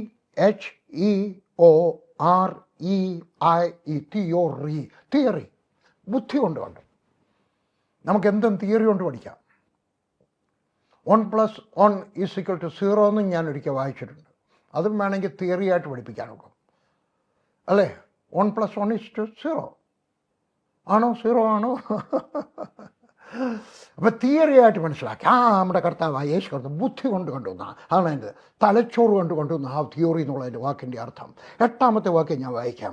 ആദ്യം കല്ലറയ്ക്കലെത്തിയ മറ്റേ ശിഷ്യനും യോഹന്നാനും അപ്പോൾ അകത്ത് ചെന്നു, കണ്ടു, വിശ്വസിച്ചു. അവിടെ എഴുതിയിരിക്കുന്ന വാക്ക് എയ്ഡോ എന്നാണ്. EIDO. വേറൊരു വാക്കൂടെ പറയാം, EIDEN. ഏതെങ്കിലും ഒന്ന് എഴുതാം. എയ്ഡോ എന്ന് പറഞ്ഞു കഴിഞ്ഞാൽ ഹൃദയം കൊണ്ട് കണ്ടു. ഒരേ കാഴ്ച വസ്തു 3 പേരെ ഒരു 3-4 മണിക്കൂറിനകത്ത് 3 വിധത്തിൽ കണ്ടു. യോഹന്നാൻ ഉൾപ്പെടെ ബുദ്ധി കൊണ്ട് അല്ല, കണ്ണുകൊണ്ട് കണ്ടു. പത്രോസ് ബുദ്ധി കൊണ്ട് കണ്ടു. ഞാൻ ബൈബിൾ സ്കോളർമാരെ കണ്ടിട്ടുണ്ട്. ഇന്ത്യയിലെ ആരും കണ്ടിട്ടില്ല. ഞാനീ പറയുന്നത് പോലെ കണ്ടിട്ടില്ല. കാരണം ഇവിടെ കണ്ടാൽ പറയാനൊക്കത്തില്ല. സാഹിബ്മാർക്ക് അങ്ങനെയല്ല. അവർക്ക് പാസ്റ്ററാണേലും പറയാം, യേശുക്രിസ്തു കന്യകയെ ജനിച്ചു. ഞാൻ കണ്ടിട്ടുണ്ട്, ഞാൻ സംസാരിച്ചിട്ടുണ്ട്. വർഗീസ് ചുമ്മാതിരി. അവർ രണ്ടുപേരും ഒരു ഗ്രാമത്തിലല്ലയോ, എന്തെങ്കിലും സംഭവിച്ചു കാണും. പക്ഷെ താഴെ അതൊക്കെ അങ്ങനെ എഴുതി വെച്ചിരിക്കുന്നു. യേശുക്രിസ്തു കന്യകയിൽ നിന്ന് ജനിച്ചിട്ടില്ല എന്ന് വിശ്വസിക്കുന്ന വേദപണ്ഡിതന്മാരെ എനിക്കറിയാം. അവർ വേദപണ്ഡിതനാണ്, ബൈബിൾ കോളേജ് പഠിപ്പിക്കുകയാണ്. അവർക്ക് എബ്രായ ഭാഷ അറിയാം, അവർക്ക് ഗ്രീക്ക് ഭാഷ അറിയാം. അന്നത്തെ കാലത്തെ പഴയ കാലത്തുണ്ടായിരുന്ന ഏറ്റവും പഴയ ബൈബിളിനകത്തുള്ള എത്യോപ്യൻ ഭാഷയെ അവർക്കറിയാം. പക്ഷേ അവർ കണ്ണുകൊണ്ടാണ് കാണുന്നത്. അവർ കണ്ണുകൊണ്ട് കണ്ടു. എനിക്കും നീയും യേശുവിനെ കണ്ണുകൊണ്ട് കാണാം, ബുദ്ധി കൊണ്ട് കാണാം. പത്രോസ് മനസ്സിലാക്കിയതുപോലെ യേശുക്രിസ്തു കന്യകയാണ്, ചുമ്മാരി. യേശുക്രിസ്തു ഇത് ചുമ്മാരി. യേശുക്രിസ്തു സ്വർഗത്തിലേക്ക് പോയി, ചുമ്മായിരിക്കുക. യേശുക്രിസ്തു രണ്ടാമതും വരും. ചിലരുടെയൊക്കെ വീട് കണ്ടാൽ എനിക്ക് തോന്നും, ഇവർ വാസ്തവത്തിൽ വിശ്വസിക്കുന്നുണ്ടോ കർത്താവ് വരുമെന്ന്. അവരുടെ മക്കൾക്കും കൊച്ചുമക്കൾക്കും താമസിക്കത്തക്കവണ്ണം 5 ബെഡ്റൂമിൻ്റെ 2 പേരേ ഉള്ളൂ താമസിക്കുന്നത്. വലിയപ്പച്ചനും വലിയമ്മച്ചേ ഉള്ളൂ. പക്ഷേ വെളിയിലുള്ള മോൻ പണിതിട്ടിരിക്കുക. എന്നിട്ട് പറയാണ് കർത്താവ് യേശുക്രിസ്തു വേഗം വരുന്നു. ചുമ്മാ അവർ വിശ്വസിച്ചിട്ടില്ല. ആണെങ്കിൽ ഇത്രയും വലിയ വീട് പണിയോ? പണം കരുതണ്ടെങ്കിൽ ഹൃദയത്തിനൊന്നും മനസ്സിലാവാത്തതുകൊണ്ട് ചോദിക്കുകയാണ്. ഞാൻ ബൈബിൾ കോളേജിൽ പോയി പഠിച്ചിട്ടില്ലെങ്കിലും ദൈവത്തിലുള്ള വിശ്വസിക്കാൻ, എൻ്റെ വചനം വിശ്വസിക്കാനുള്ള ഭാഗ്യം കർത്താവ് എനിക്ക് തന്നിട്ടുണ്ട്. ഹല്ലേലൂയ. ഞാൻ ആരെയും കുറ്റം പറയുകയല്ല. നമ്മൾ ബുദ്ധി കൊണ്ട് വിശ്വസിച്ചാൽ പോരാ, ഹൃദയം കൊണ്ട്. യോഹന്നാൻ ഹൃദയം കൊണ്ട് വിശ്വസിച്ചു. നിങ്ങൾക്കറിയാം, യേശു ക്രിസ്തുവിൻ്റെ 4 സുവിശേഷമുണ്ട്. മത്തായി, മർക്കോസ്, ലൂക്കോസ്. 3 ഒരുപോലാണ്. ഐഡൻറ്റിറ്റിക്കൽ എന്ന് പറയാം. വേറെ വാക്കുകളൊക്കെ ഉണ്ട്. എന്ന് പറഞ്ഞു കഴിഞ്ഞാൽ യേശു ക്രിസ്തു പറഞ്ഞതും ചെയ്തും എഴുതി വെച്ചിരിക്കുകയാണ്. വെളിയിൽ നിൽക്കുന്ന ഒരാൾ ഒരു പത്ര റിപ്പോർട്ടർ എഴുതി വെക്കുന്നത് പോലെ എഴുതി വെച്ചിരിക്കുകയാണ്. 3 പേര് എഴുതേണ്ട പോലെ എഴുതി വെച്ചിരിക്കുകയാണ്. എന്നാൽ യോഹന്നാൻ്റെ സുവിശേഷം വ്യത്യസ്തമാണ്. യേശുക്രിസ്തു പർവ്വതത്തിൽ പോയി ഒറ്റയ്ക്കിരുന്ന് പ്രാർത്ഥിച്ചതും അവന് മനസ്സിലായി. എന്താ കാര്യം? അവൻ യേശുവിനെ ഹൃദയം കൊണ്ട് കണ്ടവനാണ്. യേശുക്രിസ്തു എവിടെയെങ്കിലും ഇരിക്കുന്ന സമയത്ത് യോഹന്നാൻ അടുക്ക ചെന്നും വെച്ച് അവൻ്റെ നെഞ്ചോട് ചാരിയിരുന്നിട്ട് അവൻ്റെ ഹൃദയത്തിൻ്റെ തുടിപ്പ് പോലും മനസ്സിലാക്കി അവൻ പർവ്വതത്തിലിരുന്ന് പ്രാർത്ഥിച്ചത്, വേറൊരാളോട് സംസാരിച്ചത് ഒക്കെ അവൻ ഒപ്പിയെടുക്കുവാൻ കഴിഞ്ഞു. ഇനിയും പറയുന്നത് കേട്ടാട്ടെ, ഞാനും നീയും, നിൻ്റെ പാസ്റ്റർക്ക് മനസ്സിലാവാത്തത്, നിൻ്റെ ഭർത്താവിന് മനസ്സിലാവാത്തത്, സുവിശേഷം പ്രസംഗിക്കുന്നത് നിൻ്റെ ഭാര്യയ്ക്ക് മനസ്സിലാകാത്തത്, നിൻ്റെ മാതാപിതാക്കൾക്ക് മനസ്സിലാവാത്തത്, എനിക്ക് മനസ്സിലാവാത്തത്. ഞാൻ വലിയ വേദപണ്ഡിതനാണെന്നും ഞാൻ പറയുന്നില്ല കേട്ടോ, അല്ലേ ഹല്ലേലൂയ. പക്ഷേ ഞാൻ പറയുന്നു, അവർക്കാർക്കും മനസ്സിലാകാത്തത് മനസ്സിലാക്കുവാൻ നിനക്ക് കഴിയും. നീ യേശുക്രിസ്തുവിൻ്റെ നെഞ്ചോട് ചേർന്നിരിക്കാമെങ്കിൽ. എൻ്റെ ചില പുസ്തകങ്ങൾ വായിച്ചിട്ട് ആളുകളുടെ ചോദിക്കും, വർഗീസ് ഇത് എവിടെ നിന്ന് കിട്ടിയത്, ഏത് പുസ്തകത്തിൽ നിന്നുടെ? പ്രത്യേകിച്ച് ഗുരുപാദങ്ങളിൽ ഒരു വേദപഠനം യോഹന്നാൻ 20:21 എഴുതി കഴിഞ്ഞപ്പോൾ ആളുകൾ അത്ഭുതപ്പെട്ടു. ഏലിയാവിൻ്റെ പുസ്തകം വായിച്ചു ആളുകൾ അത്ഭുതപ്പെട്ടു. വർഗീസ് എവിടെ നിന്ന് കിട്ടി? ഞാൻ പ്രാർത്ഥിച്ചപ്പോൾ എൻ്റെ ദൈവം എനിക്ക് വെളിപ്പെടുത്തി തന്നതാണ്. ഞാൻ പുസ്തകത്തിൽ നിന്ന് പ്രാപിച്ചിട്ടുണ്ട്, സന്ദേശങ്ങളിൽ നിന്ന് കേട്ടിട്ടുണ്ട്. അന്ന് നെറ്റൊന്നും ഇല്ലാത്ത കാലത്ത് എഴുതിയ കാര്യമാണ്.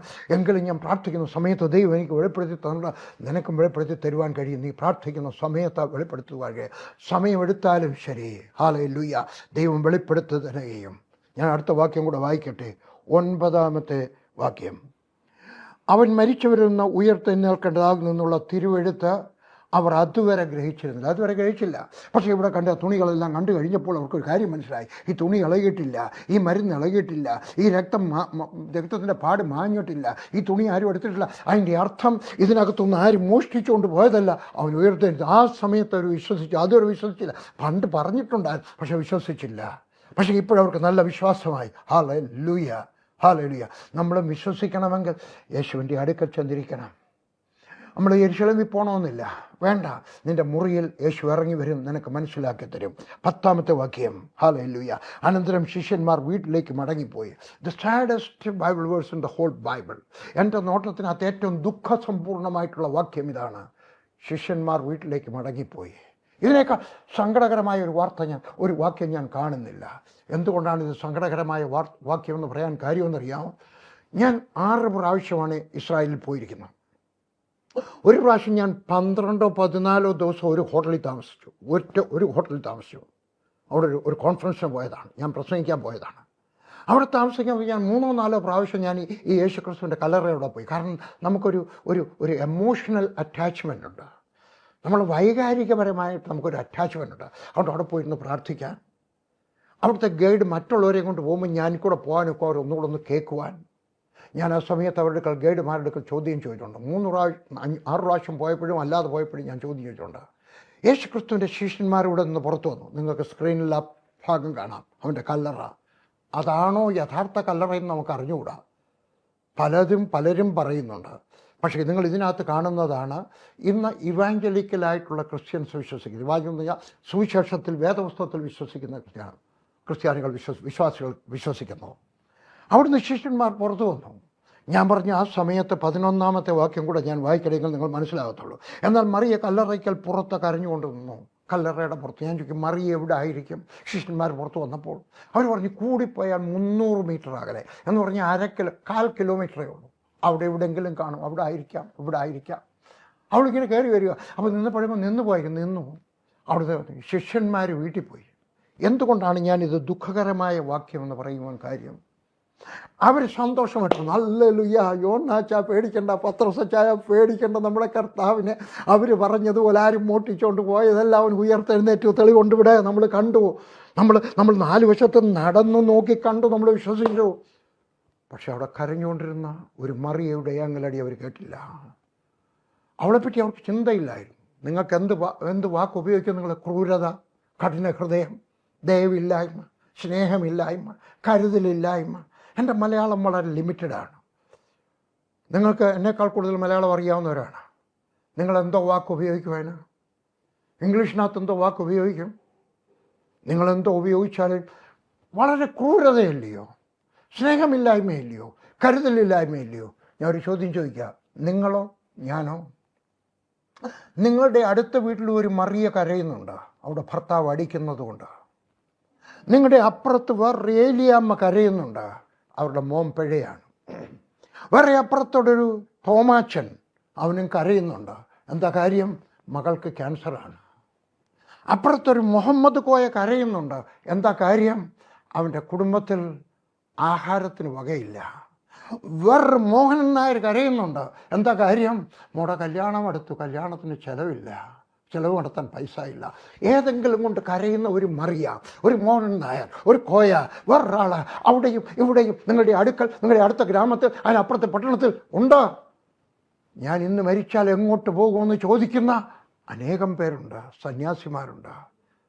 അവരുടെ കരച്ചിൽ നിങ്ങൾ കേട്ടോ? അവരുടെ വീട്ടിലേക്ക് നിങ്ങൾ പോയോ? ഈ ശിഷ്യന്മാരുടെ മക്കൾ സുവാർത്ത ഉണ്ടായിരുന്നു, കരേണ്ട ആവശ്യമില്ല. യേശുക്രിസ്തു ഉയർത്തെഴുന്നേറ്റിരിക്കുന്നു. അവൻ നിൻ്റെ പ്രാർത്ഥനയ്ക്ക് മറുപടി തരുവാൻ കഴിവുള്ളവനാ. അവൻ്റെ അടുക്കൽ വരിക എന്ന് പറയുവാൻ നിനക്കും എനിക്കും ഒരു ചുമതലയുണ്ട്. നിങ്ങൾക്കറിയാമല്ലോ, ഞാൻ നിങ്ങളുടെയൊക്കെ പറഞ്ഞു, ഞാൻ കന്യാകുമാരിയിൽ നിന്ന് കാശ്മീർ വരെ യാത്ര ചെയ്തു ഒരു ബസ്സിനകത്ത്. ഞങ്ങൾ 7 പേര്. ഒരു ബസ്സിനകത്ത് യാത്ര ചെയ്യുന്നത് അത്ര എളുപ്പമൊന്നുമല്ല, അത്ര നല്ല കാര്യമൊന്നുമല്ല. 30 ദിവസം ഞങ്ങൾ യാത്ര ചെയ്തു. എന്തിനാ? എൻ്റെ ഈ 84, എനിക്ക് അന്നും 83 വയസ്സാണ്, ഇപ്പോൾ 84-ാമത്തെ നടക്കാണ്. 83-ാമത്തെ വയസ്സും ഞാൻ എന്തിന് ഈ ഒരു വലിയ, എൻ്റെ മക്കളെല്ലാവരും കൂടെ വന്നു, ഡാഡി പോകണോ? എൻ്റെ മോൻ വന്ന് ചോദിച്ചു പോകണോ? ബാക്കി പോകാത്തവരും ഫോൺ വിളിച്ച് ചോദിച്ചു, ഡാഡി വാസ്തവത്തിൽ പോകണോ? അവസാനം എൻ്റെ ടീമിൻ്റെ പ്രസിഡൻറ്റ് ഷാജി വർഗീസ് എൻ്റെ ഒക്കെ വന്ന് പറഞ്ഞു, ഞങ്ങളൊരു കാര്യം ചെയ്യും, കൂടിപ്പോയാൽ ഭോപ്പാലി വരെ വന്നാൽ മതി, ബാക്കിയുള്ളവർ വരട്ടെ, അങ്കിള് പ്ലെയിനിനകത്ത് കയറി ഡൽഹി വരണം, പിന്നെ ഡൽഹിയിൽ നിന്ന് അങ്ങോട്ട് പോയാൽ മതി. ഞാൻ അദ്ദേഹം ആശ്വസിപ്പിക്കാനായിട്ട് പറഞ്ഞു, ഞാൻ അങ്ങനെ ചെയ്യാം, ചെയ്യുന്ന കാര്യം ചിന്തിക്കാമെന്ന് പറഞ്ഞു. പക്ഷെ എനിക്കറിയാമായിരുന്നു ഞാൻ പോകും. ലില്ലി പറഞ്ഞു, ലില്ലിയുടെ കളി ഞാൻ പറഞ്ഞു, ലില്ലി ചിലപ്പോൾ കൊച്ചിയിൽ നിന്ന് താനിങ്ങ് പോരേണ്ടി വരും, ലില്ലി ചിലപ്പോൾ കോയമ്പത്തൂരിൽ നിന്ന് പോരേണ്ടി വരും, ചിലപ്പോൾ ബാംഗ്ലൂരിൽ നിന്ന് തിരികെ പോരേണ്ടി വരും.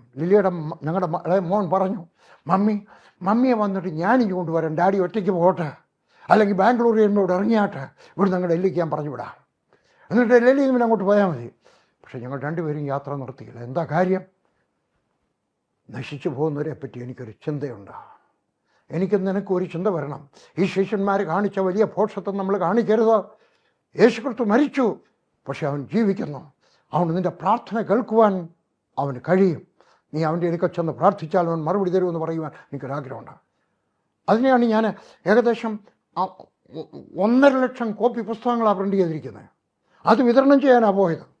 അത് ഞങ്ങൾ വിതരണം ചെയ്ത് കന്യാകുമാരിയിൽ നിന്ന് കാശ്മീർ വരെ പോയി. കാശ്മീരിലേ ഉള്ളൂ ഞങ്ങളെ അനുവദിക്കാഞ്ഞത്. അത് അവരുടേതായിട്ടുള്ള കാരണങ്ങളുണ്ട്. പക്ഷേ എങ്കിലും ഞങ്ങൾ കുറച്ച് പേർക്കൊക്കെ 10-100 പേർക്കൊക്കെ ഓരോ ട്രാക്റ്റ് കൊടുക്കാനൊത്തു. അതിനെനിക്ക് പോലീസ് പെർമിഷൻ തന്നായിരുന്നു, ഒറ്റയ്ക്ക് സംസാരിച്ചിട്ട് കൊടുക്കാം. ഞാനതിനെപ്പറ്റി ഒരു ന്യൂസ് ലെറ്റർ ഇറക്കിയിട്ടുണ്ട്.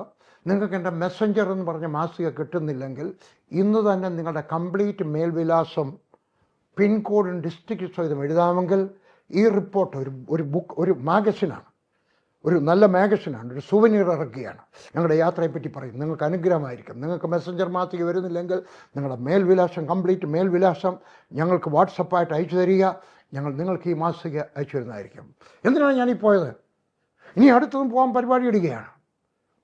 ഇന്ത്യയിൽ മുഴുവൻ പോയില്ലെങ്കിലും ഞാൻ പോകും. ഞാൻ ഒറീസയിൽ പോകും, ഞാൻ മഹാരാഷ്ട്രയിൽ പോകും, ഞാൻ മധ്യപ്രദേശിൽ പോകും, ഞാൻ സിലിഗുരിയിൽ പോകും. എന്തിന് ഞാൻ പോകുന്നു? പത്രോസും യോഹന്നാനും കാണിച്ച മഠയത്തരം ഞാൻ കാണിക്കാൻ പാടില്ല.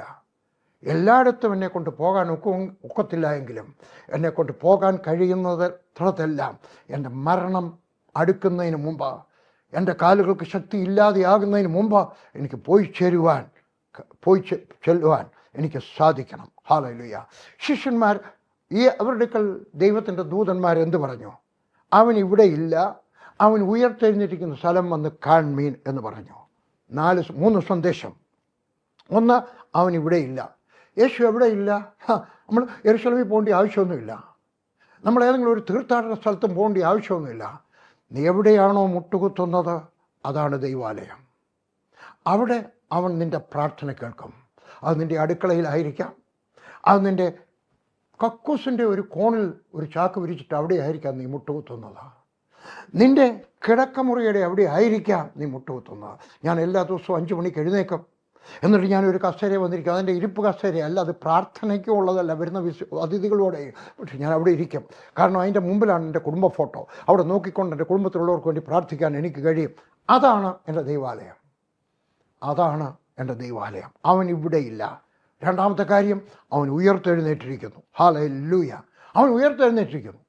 അതുകൊണ്ട് യേശുക്രിസ്തു ഭൂമിയിൽ ഉണ്ടായിരുന്ന സമയത്ത് അവൻ ഒരിടത്തെ ഉണ്ടായിരിക്കാനൊക്കത്തുള്ളൂ. ഇന്നങ്ങനെയല്ല. നാം എവിടെ നിന്ന് വിളിച്ചു കഴിഞ്ഞാലും, നമ്മൾ എത്ര പേര്, കോടിക്കണക്കിന് ആളുകൾ വിളിച്ചു കഴിഞ്ഞാലും അവൻ അവിടെയുണ്ട്. യേശുക്രിസ്തു പറഞ്ഞു, നിങ്ങൾ 2-3 പേർ എൻ്റെ നാമത്തിൽ കൂടി വരുന്നിടത്തൊക്കെ ഞാനവിടെയുണ്ട്. യേശു ഉള്ളത് കൊണ്ടല്ല നമ്മൾ അവിടെ ചെല്ലുന്നത്.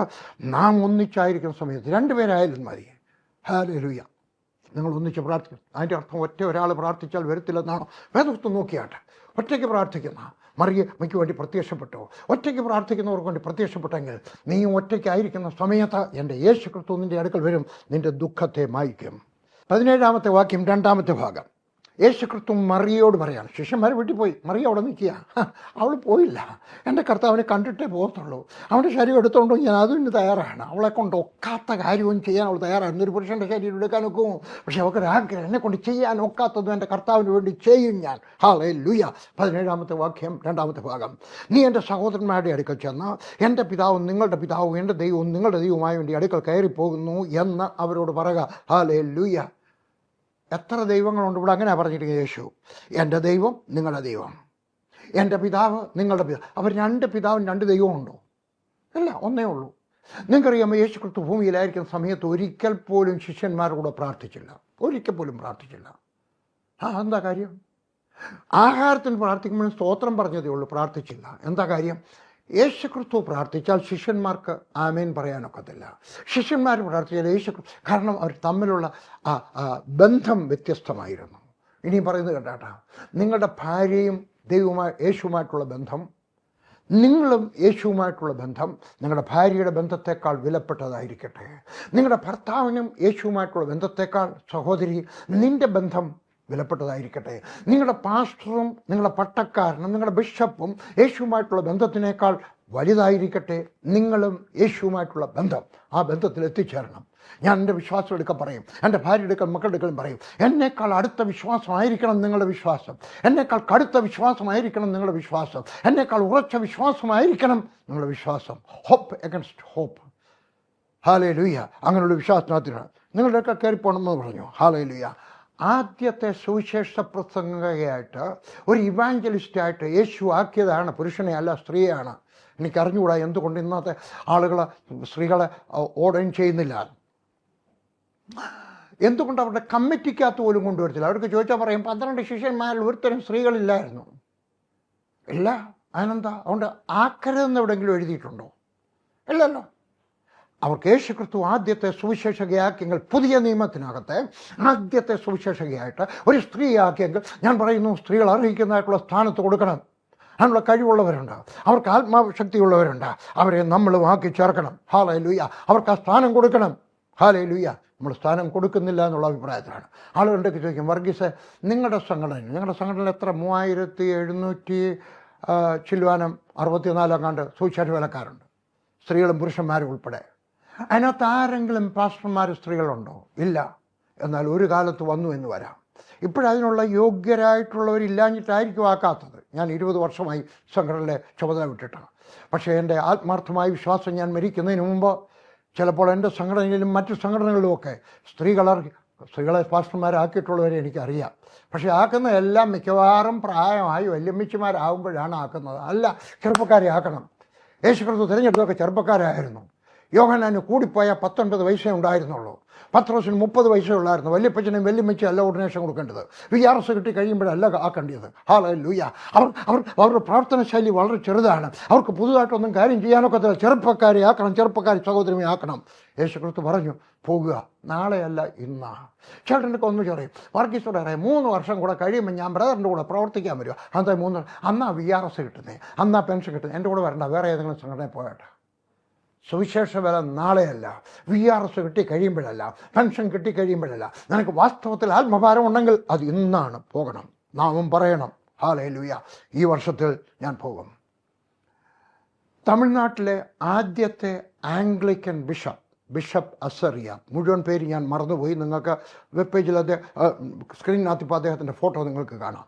ബിഷപ്പ് അസറിയ, അദ്ദേഹത്തിൻ്റെ ജീവിതത്തിൽ ഞാൻ കട്രായിലായിരിക്കുന്ന സമയത്ത് വായിച്ചു. ദൈവത്തിൻ്റെ കൃപ കൊണ്ട് ഒട്ടനവധി, നിങ്ങൾ വലിയ ദൈവദാസന്മാരുടെയൊക്കെ പേരുകൾ പറയാമെങ്കിൽ, വിദേശത്തുള്ളവരാണെങ്കിലും കേരളത്തിൽ ആരുടെയെങ്കിലുമൊക്കെ പുസ്തകം ഉണ്ടെങ്കിൽ ആ പുസ്തകങ്ങളൊക്കെ കട്രായിൽ വെച്ച്, പട്ടാളത്തിലായിരിക്കുമ്പോൾ കട്രായിൽ വെച്ചും വായിക്കാൻ തക്കോണം ദൈവം എൻ്റെ കൈ കൊണ്ടു തന്നു. കാശ് കൊടുത്ത് വാങ്ങിക്കാൻ എന്നെ കൊണ്ട് നിവൃത്തിയില്ലായിരുന്നു. എൻ്റെ ശമ്പളം, പട്ടാളത്തിൽ ഞാൻ ഒരു വെറും ഹൗൽദാർ കടക്കായിരുന്നു. അപ്പോൾ എൻ്റെ ശമ്പളമൊക്കെ ലിമിറ്റഡാണ്. എൻ്റെ ഭാര്യയുടെയും കൊച്ചിൻ്റെയൊക്കെ ചിലവ് വഹിക്കണം. പിന്നെ ഒത്തിരി പുസ്തകങ്ങളൊന്നും വായിക്കാൻ നിവർത്തിയില്ല. എങ്കിലും ഒത്തിരി പുസ്തകങ്ങൾ ഞാൻ വാങ്ങിച്ചു. പിന്നെ ബാക്കിയുള്ളതൊക്കെ കർത്താവിൻ്റെ. ബിഷപ്പ് അസറിയയുടെ ജീവിതത്തിൽ ഞാൻ വായിച്ചു. അദ്ദേഹത്തെ ഞാൻ കണ്ടിട്ടില്ല. അദ്ദേഹം ഒരു മഹാനായിരുന്നു. അദ്ദേഹത്തിൻ്റെ മകളെ എനിക്കറിയാം.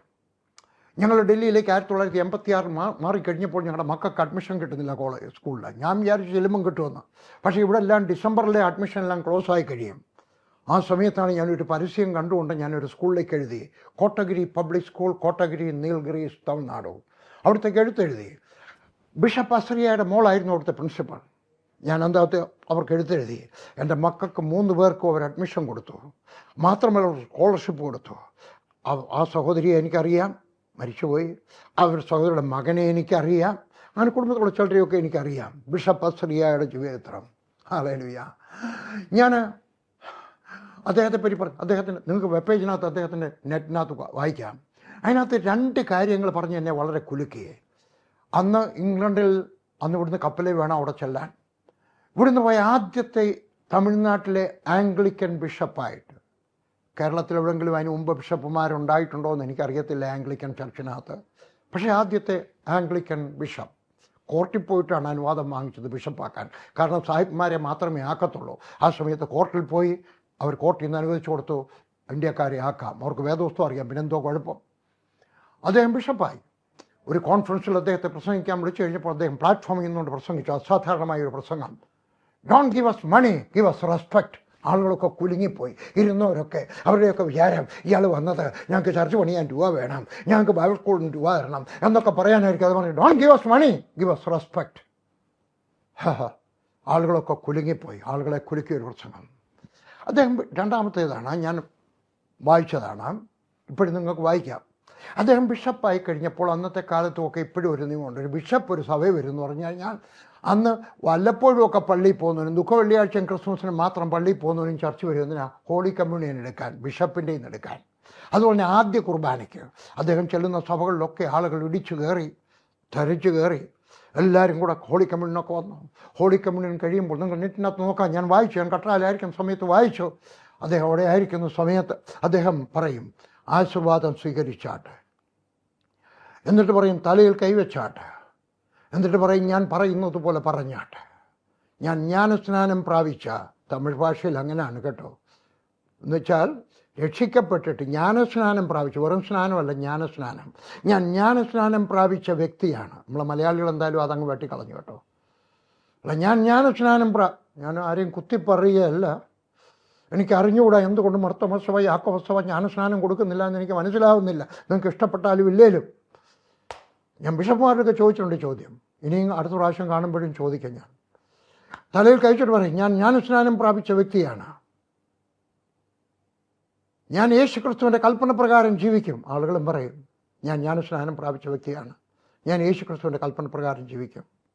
ഞാൻ യേശുവിനെ പറ്റി ആരോടെങ്കിലും എല്ലാ ദിവസവും പറയും, അതൊന്ന് വറച്ചിട്ടാണെങ്കിലും പറയും. ഞാൻ യേശുവിനെ പറ്റി എന്നെങ്കിലും എല്ലാ ദിവസവും ആരോടെങ്കിലും ഒരാളിനോട് യേശുവിനെ പറ്റി പറയും. എന്നിട്ട് അദ്ദേഹം പറയും ഞാൻ പറയുന്നത് പോലെ പറഞ്ഞാട്ടെ. അഥവാ ഞാൻ ഏതെങ്കിലും ദിവസം ആരോടെങ്കിലും യേശുവിനെ പറ്റി പറഞ്ഞിട്ടില്ലെങ്കിൽ ഈ വേദപുസ്തകത്തിൽ എഴുതിയിരിക്കുന്ന ശാപം എല്ലാം എൻ്റെ തലയിൽ വരട്ടെ. ആളുകളെ കൊണ്ട് പറയിപ്പിച്ചു. എന്താ സംഭവിച്ചെന്നറിയാമോ? ഓരോ സഭകളുടെ എണ്ണം 2 ഇരട്ടി 3 ഇരട്ടിയായിട്ട് വർദ്ധിച്ചു. സഭകളുടെ എണ്ണം വർദ്ധിച്ചു. ഞാൻ ആഗ്രഹിച്ചു പോയിട്ടുണ്ട് എനിക്കും ഇതുപോലെ ഒന്നുണ്ടെന്ന് പറയാൻ ഒത്തെങ്കിൽ. എവിടെയെങ്കിലുമൊക്കെ കൺവെൻഷൻ കഴിയുമ്പോൾ, ഏതെങ്കിലും സ്പെഷ്യൽ മീറ്റിംഗ് കഴിയുമ്പോൾ, പെന്തിക്കോസ്തുകാരുടെ സഭയിൽ, മർത്തോമക്കാരുടെ മീറ്റിങ്ങിനകത്ത്, CSIക്കാരുടെ മീറ്റിങ്ങിനകത്ത്, ബാപ്റ്റിസ്റ്റുകാരുടെ മീറ്റിങ്ങിനകത്ത്, അവിടെ ബൈബിൾ സ്കൂളിൽ അവരെ കൊണ്ട് പറയിപ്പിക്കണമെന്ന് എനിക്കും ആഗ്രഹമുണ്ട്. ഞാൻ ജ്ഞാനസ്നാനം പ്രാപിച്ച വ്യക്തിയാണ്. ഞാൻ എന്നും ആരോടെങ്കിലും യേശുവിനെ പറ്റി പറയും. അഥവാ പറയുന്നില്ല എങ്കിൽ ഈ വേദപുസ്തകത്തിലെ ശാപമല്ല എൻ്റെ തലയിൽ വരട്ടെ. ഞാൻ ഇന്നുവരെ ചെയ്തിട്ടില്ല, എന്നെക്കൊണ്ട് ചെയ്യാനുള്ള തൻ്റെ ഇടമില്ല എനിക്ക്. പക്ഷേ ഞാൻ ആഗ്രഹിച്ചു പോവുകയാണ്. നമ്മൾ ഓരോരുത്തരും അങ്ങനെ പറഞ്ഞിരുന്നെങ്കിൽ നല്ലതായിരുന്നു. ഞാൻ എന്നും യേശുവിനെ പറ്റി പറയും. നമുക്കിത് പറയാൻ ലിമിറ്റുണ്ടെന്ന് എനിക്കറിയാം കേട്ടോ. പഴയതുപോലുള്ള സ്വാതന്ത്ര്യമില്ല. നമ്മൾ എന്തെങ്കിലും ചെയ്തു കഴിഞ്ഞാൽ അതിൻ്റെ പുറകിൽ ഒരാൾക്ക് ചോറ് കൊടുത്താൽ പോലും അത് നമ്മളെ ക്രിസ്ത്യാനിയാക്കാൻ കൊടുത്തതാണെന്ന് പറയുന്ന ഈ ലോകത്തിൽ. പക്ഷേ നമുക്ക് ഏതെങ്കിലും വിധത്തിൽ പറയുവാൻ കഴിയും, ഒരു പുസ്തകം കൊടുക്കുവാൻ കഴിയും, ഒരു നേരത്തെ ചിലപ്പോൾ ആശുപത്രിയിൽ ചെന്നിട്ട് അവരുടെ പുറമൊന്ന് തടവി കൊടുക്കുവാൻ കഴിയും. 2, 3, 4 ദിവസം കഴിയുമ്പോഴെങ്കിലും ആരെങ്കിലും ചോദിക്കും എന്തുകൊണ്ടാണ് നിങ്ങൾ ഇത് ചെയ്തത് എന്ന് ചോദിക്കും. രത്തൻലാൽ ശർമ്മ എന്ന് പറയുന്ന, ഞാൻ കൂടെ സുവിശേഷം പറയുന്ന കാശ്മീരിലെ ഒരു ബ്രാഹ്മണ ഗവൺമെൻറ് ഉദ്യോഗസ്ഥൻ കുറച്ച് ദിവസം കണ്ടില്ല.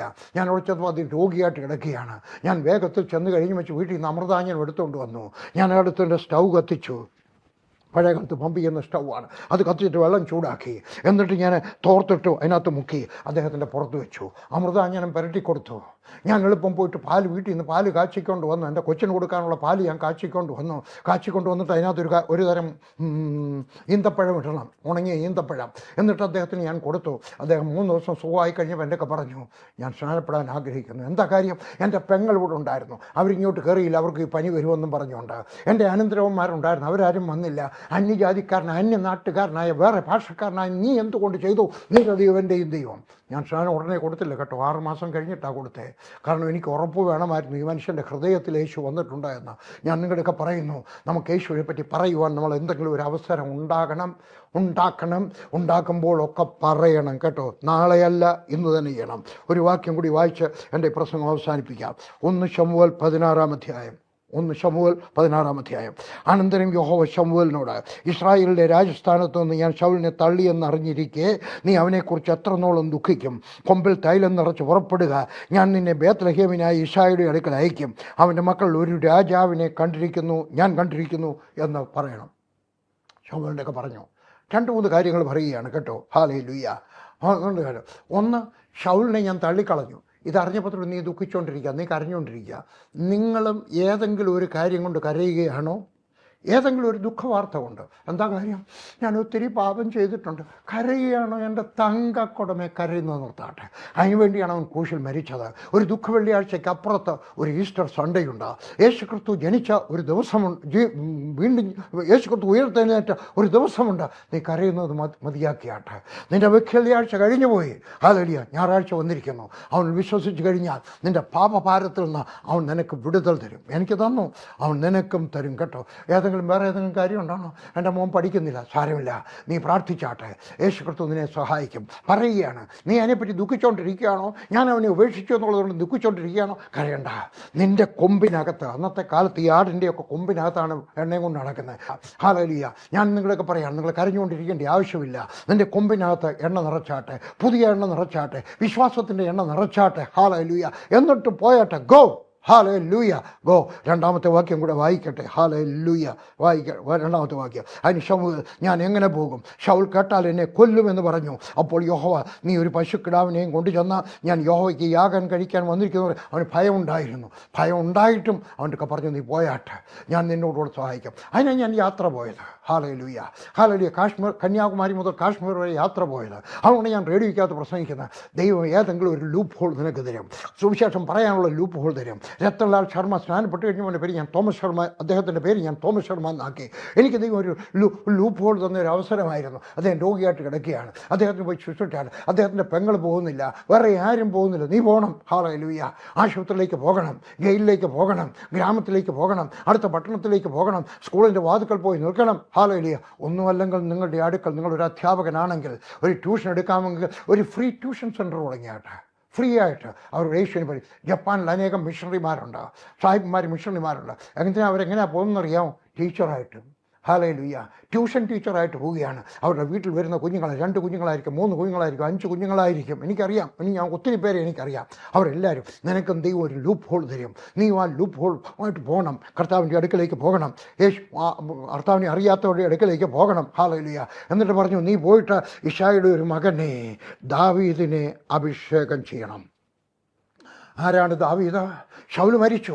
നിൻ്റെ കഴിഞ്ഞകാല സ്വപ്നം മരിച്ചു. ദൈവത്തിൻ്റെ സ്വപ്നമായിരുന്നു അവൻ. പക്ഷേ അവൻ തള്ളിക്കളഞ്ഞു. അവൻ അഹങ്കാരിയായി തീർന്നു.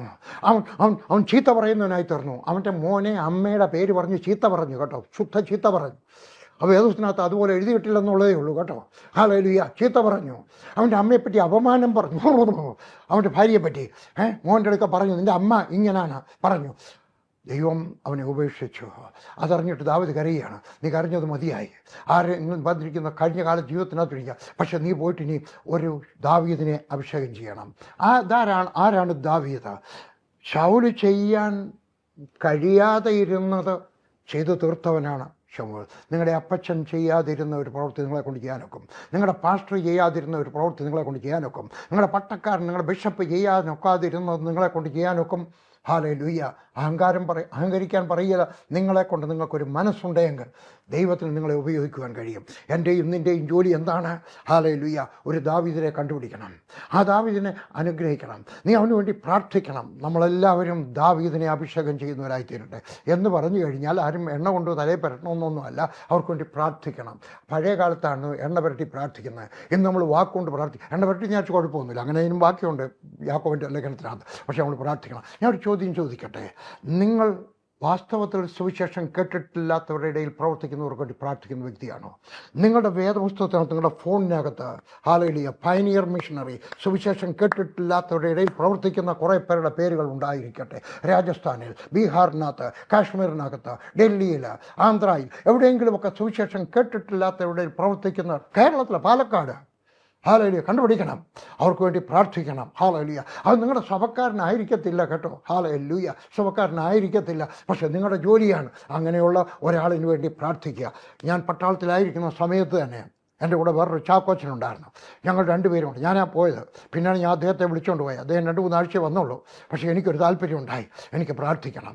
ഞാൻ ഇവിടെ പോയിരുന്ന് പ്രാർത്ഥിക്കും. പട്ടാളത്ത് ഞാൻ ബാരക്കിലാണ്, ലില്ലിഞ്ഞ് തിരികെ പോരുന്നു. ഞാൻ ഒറ്റയ്ക്കാണ്, പട്ടാള ബാരക്കിലാണ്. അവിടെ നിന്ന് പ്രാർത്ഥിക്കാനൊക്കത്തില്ല. അതുകൊണ്ട് ഞാൻ ലൈബ്രറിയനുമായിട്ട് സംസാരിച്ചു. നിങ്ങളുടെ ലൈബ്രറിയുടെ താക്കോലൊന്നും തരാമോ? അദ്ദേഹം എന്നെ വിശ്വസിച്ച് ഞാൻ അവരുടെ പുസ്തകങ്ങളൊന്നും മോഷ്ടിക്കത്തില്ല എന്ന്. അതുകൊണ്ട് അദ്ദേഹം ലൈബ്രറിയുടെ താക്കോൽ തന്നു. രാത്രി 12 മണി മുതൽ രാവിലെ 6 മണി വരെ 6 മണിക്കൂർ ഞാൻ പ്രാർത്ഥിച്ചു. ആർക്ക് വേണ്ടി പ്രാർത്ഥിച്ചു? OM ടീമിന് വേണ്ടി പ്രാർത്ഥിച്ചു. OM ടീമിലെ പെൺകുട്ടികൾക്ക് വേണ്ടി പ്രാർത്ഥിച്ചു. എനിക്ക് അന്നും പെൺകുട്ടികളെ പറ്റി ഒരു ഭാരമുണ്ട്. അവർ പോകുന്നിടത്ത് എന്തെങ്കിലും അപമാനിതരായി തീരാം, ആരെങ്കിലും എവിടെയൊക്കെ കൈ തൊട്ടെന്ന് വരാം, അങ്ങനെയൊക്കെ ചെയ്തിട്ടുണ്ട്, എനിക്കറിയാം. അതുകൊണ്ട് ഞാൻ അവർക്ക് വേണ്ടി പ്രാർത്ഥിക്കുമായിരുന്നു. വേറെ ആളുകൾക്ക് വേണ്ടിയൊക്കെ പ്രാർത്ഥിക്കുമായിരുന്നു. ആ പ്രാർത്ഥിക്കുന്നവരുടെ ഒരു ലിസ്റ്റ് ഒരാൾ എനിക്ക് അയച്ചു തരുമായിരുന്നു. അതുകൊണ്ട് പ്രാർത്ഥിക്കുവാൻ കഴിഞ്ഞു. ഞാൻ നിങ്ങൾക്കും ചലഞ്ച് ചെയ്യുകയാണ്. സുവിശേഷം കേട്ടിട്ടില്ലാത്തവരുടെ ഇടയിൽ പ്രവർത്തിക്കുന്ന ചിലർക്ക് വേണ്ടി പ്രാർത്ഥിക്കാൻ ഈ ദിവസം തീരുമാനമെടുക്കാം. ഞാൻ പ്രാർത്ഥിക്കും, ആർക്കെങ്കിലും വേണ്ടി പ്രാർത്ഥിക്കും. എനിക്ക് വേണ്ടി നിങ്ങൾ പ്രാർത്ഥിച്ചുകൊണ്ടാണ് ഈ നിലയിൽ എത്തിച്ചേർന്നത്. ഹല്ലേലൂയ. നിങ്ങൾ സഹായിച്ചത് കൊണ്ടാണ് ഞാൻ ഈ നിലയിൽ എത്തിച്ചേർന്നത്. കന്യാകുമാരി മുതൽ കാശ്മീർ വരെ യാത്ര ചെയ്തു. 10,000 കിലോമീറ്ററാണ് നിങ്ങളുടെ വണ്ടി ഓടിയത്. 10,000 കിലോമീറ്റർ. എങ്ങനെയാണെന്ന് ചോദിക്കരുത്, എൻ്റെ സുവർണ്ണനകത്ത് എഴുതിയിട്ടുണ്ട് എങ്ങനെയാണെന്ന്. 10,000 കിലോമീറ്റർ വണ്ടി ഓടി. ഹല്ലേലൂയ. 4 ടയർ വാങ്ങിച്ചു. എത്ര രൂപ ചിലവായെന്നറിയാം? 30 ദിവസം ഹോട്ടലുകളിൽ താമസിച്ചു. 30 ദിവസം ചോറുണ്ടോ? ഇതെല്ലാം എത്ര രൂപയായി? നിങ്ങൾ തന്നതാണ്. നിങ്ങളും ഞാൻ പറയുന്നത് കേട്ടാട്ടെ. എല്ലാ ദിവസവും 1, 2, 3, 4 സുവിശേഷ വിലക്കാർക്ക് വേണ്ടി പ്രാർത്ഥിക്കുക. ഈ ഈസ്റ്റർ വ്യത്യസ്തമായിരിക്കട്ടെ. ഇന്നു മുതൽ നമ്മൾ പ്രാർത്ഥിക്കുവാൻ തീരുമാനിക്കാം. യേശുവിനെ പറ്റി കേട്ടിട്ടില്ലാത്തവരോടെ ഞാൻ പ്രവർത്തിക്കാം, അവർക്ക് വേണ്ടി ഞാൻ പ്രാർത്ഥിക്കാം. ഹല്ലേലൂയ. 3-4 പേര് നിങ്ങളുടെ കയ്യിൽ ഉണ്ടായിരിക്കട്ടെ. ഹല്ലേലൂയ. അവരുടെ ന്യൂസ് ലെറ്റർ ഉണ്ടെങ്കിൽ വരുത്തിയാട്ടെ, നിങ്ങൾ അവർക്ക് വേണ്ടി പ്രാർത്ഥിച്ചാട്ടെ. ഇനിയും പറയുന്നത് കേട്ടാട്ടെ. ഞാൻ ഉണ്ടാക്കിയിട്ടുള്ളൊരു മുദ്രാവാക്യമാണ്. നിങ്ങൾ ദശാംശം കൊടുക്കണം, തീർച്ചയായിട്ടും കൊടുക്കണം. 10-1 ദശാംശം കൊടുക്കണം. അത് കൂടാതെ 1% കൂടെ എന്ന് പറഞ്ഞാൽ 11%. അവസാനത്തെ 1% സുവിശേഷം കേട്ടിട്ടില്ലാത്തവരുടെ ഇടയിൽ പ്രവർത്തിക്കുന്നവർക്ക് കൊടുത്താട്ടെ. തിരുവനന്തപുരത്ത് പ്രവർത്തിക്കുന്നവരല്ല, തിരുവല്ലയിൽ പ്രവർത്തിക്കുന്നവരല്ല, കോട്ടയത്ത് പ്രവർത്തിക്കുന്നവരല്ല, മദ്രാസിൽ പ്രവർത്തിക്കുന്നവർക്ക് വേണ്ടി അല്ല, പടങ്ങരുത് നിങ്ങളൊക്കെ ഞാനുള്ളത് പറയാം, ഹൈദരാബാദിൽ പ്രവർത്തിക്കുന്നവർക്ക് വേണ്ടി അല്ല, പിന്നെ സുവിശേഷം കേട്ടിട്ടില്ലാത്തവരുടെ ഇടയിൽ പ്രവർത്തിക്കുന്നവർക്ക് വേണ്ടി കൊടുത്താട്ടെ. ഹല്ലേലൂയ. തീരുമാനമെടുത്താട്ടെ. ഞാൻ അവർക്ക് വേണ്ടി പ്രാർത്ഥിക്കും, ഞാൻ അവരെ സഹായിക്കും. ഹല്ലേലൂയ. അവർ നാട്ടിൽ വരുന്നെന്ന് അറിയുമ്പോൾ വിളിച്ച് ഒരു നേരത്തെ ചോറ് കൊടുക്കും. ഹല്ലേലൂയ. ഇനി ഞാൻ പറയുന്നത് കേട്ടാട്ടെ. നിങ്ങളുടെ വീട്ടിലൊരു കല്യാണ സദ്യ വന്നു കഴിഞ്ഞാൽ നിങ്ങൾ സ്നേഹിക്കുന്നതായിട്ടുള്ള ഒരു ദൈവദാസന് രൂപ കൊടുക്കും. ഒരു നേരത്തെ ഊണ് നീ ഉണ്ടാട്ടെ. എൻ്റെ മോടെ കല്യാണമാണ്. ഒരു മനുഷ്യൻ, പേര് പറയുന്നില്ല, ഒരു മനുഷ്യൻ അദ്ദേഹത്തിൻ്റെ മകളെ കെട്ടിച്ചപ്പോൾ, മകളെ കെട്ടിച്ചപ്പോൾ മകൾക്ക് കൊടുത്ത സ്ത്രീധനത്തിൻ്റെ ദശാംശം എനിക്ക് അയച്ചു തന്നു. എങ്ങനെ ഞാൻ മറക്കും? മിക്കവാറും ദിവസം അദ്ദേഹം മരിച്ചുപോയി. അദ്ദേഹത്തിൻ്റെ ഭാര്യയ്ക്ക് വേണ്ടി ഞങ്ങൾ ഇപ്പോഴും പ്രാർത്ഥിക്കും. മകൾക്ക് വേണ്ടി, മകൾക്ക് കൊടുത്ത സ്ത്രീധനത്തിൻ്റെ, കാരണം അദ്ദേഹത്തിൻ്റെ ആവശ്യമായിരുന്നു. കൊടുക്കാൻ ഒരു അവസരം കൂടെ നോക്കുകയാണ്. അദ്ദേഹത്തിൻ്റെ ആശുപത്രി ചെലവിന് വേണ്ടി, പ്രായമാകുമ്പോൾ ആശുപത്രി ചെലവിന് വേണ്ടി കുറച്ച് രൂപ ബാങ്കിലിട്ടിരുന്നു. അതും എടുത്ത് എനിക്ക് അയച്ചു തന്നു. ഈ കെട്ടിടത്തിൻ്റെ അടിസ്ഥാനം അദ്ദേഹമാണ് ഇട്ടത്. ഞാൻ നിങ്ങളുടെയൊക്കെ പറയുന്നു, സുവിശേഷം കേട്ടിട്ടില്ലാത്തവരെ പറ്റി ഒരു വെമ്പൽ നമുക്കുണ്ടാകട്ടെ. അവർക്ക് വേണ്ടി പ്രാർത്ഥിക്കുവാൻ, അവർക്ക് വേണ്ടി സഹായിക്കുവാൻ. ഏതെങ്കിലും എല്ലാവർക്കും സഹായിക്കാനൊക്കെ നമുക്ക് കിട്ടുന്ന രൂപ എല്ലാം കൊടുക്കാനൊക്കെ നമുക്ക് വേണ്ടി സമ്പാദിക്കേണ്ടായോ? നമ്മുടെ മക്കൾക്ക് വേണ്ടി സമ്പാദിക്കേണ്ടായോ? നമ്മുടെ കൊച്ചുമക്കൾക്ക് വേണ്ടി സമ്പാദിക്കേണ്ടായോ? വേണം. പക്ഷേ ഇതിൻ്റെ മധ്യത്തിൽ നമ്മളെ കൊണ്ട് ചെയ്യാനൊക്കുന്നതൊക്കെ നമുക്ക് ചെയ്യാം, കൊടുക്കാനൊക്കുന്നതൊക്കെ ചെയ്യാം. ഈ ഈസ്റ്റർ വ്യത്യസ്തമായിരിക്കട്ടെ. എന്തിന്? കർത്താവിനെ പറ്റി പറയുവാൻ. ആ മഗ്ദലക്കാരത്തി മറിയ ഒറ്റയ്ക്ക് പോയെങ്കിൽ വീട്ടിൽ പോകാതെ, അവിടെ ആങ്ങളെയൊക്കെ വിഷമിക്കുക ായിരിക്കും. നിങ്ങളുടെ മോൾ ഇവിടുന്ന് പോയിട്ട് അവിടെ പോയി. പക്ഷെ അതിനേക്കാളൊക്കെ എൻ്റെ കർത്താവിനെ പറ്റി ആരോടെങ്കിലും പറയണം, അറിയാത്തവരുടെയൊക്കെ പോയി പറയണം, സഹോദരന്മാരുടെയൊക്കെ പോയി പറയണം. നമുക്കൊരു വെമ്പലുണ്ടാകട്ടെ. യേശുവിനെ പറ്റി അറിയാത്തവരുടെ ഇടയിൽ പ്രവർത്തിക്കുന്നവരെ ഞാൻ സഹായിക്കും, പ്രാർത്ഥിച്ച് സഹായിക്കും, രൂപ കൊടുത്ത് സഹായിക്കും, ഏതെങ്കിലുമൊക്കെ വിധത്തിൽ സഹായിക്കും. ഹല്ലേലൂയ. നമുക്ക് തീരുമാനമെടുക്കാം, പ്രാർത്ഥിക്കാം. കർത്താവായ യേശു എന്നെയും നിന്നെയും അനുഗ്രഹിക്കട്ടെ. ഈ ഈസ്റ്റർ സുവിശേഷം പറയാനുള്ള തീരുമാനത്തിൻ്റെ ദിവസമായിരിക്കട്ടെ. ഇന്ന് മാത്രമല്ല, എല്ലാ ദിവസവും നമ്മുടെ ജീവിതത്തിനകത്ത് ഈസ്റ്റർ ആയിരിക്കട്ടെ. ആരോടെങ്കിലും യേശുവിനെ പറ്റി പറയാം. ബിഷപ്പ് അസ്രിയ പറഞ്ഞതുപോലെ പറയാം.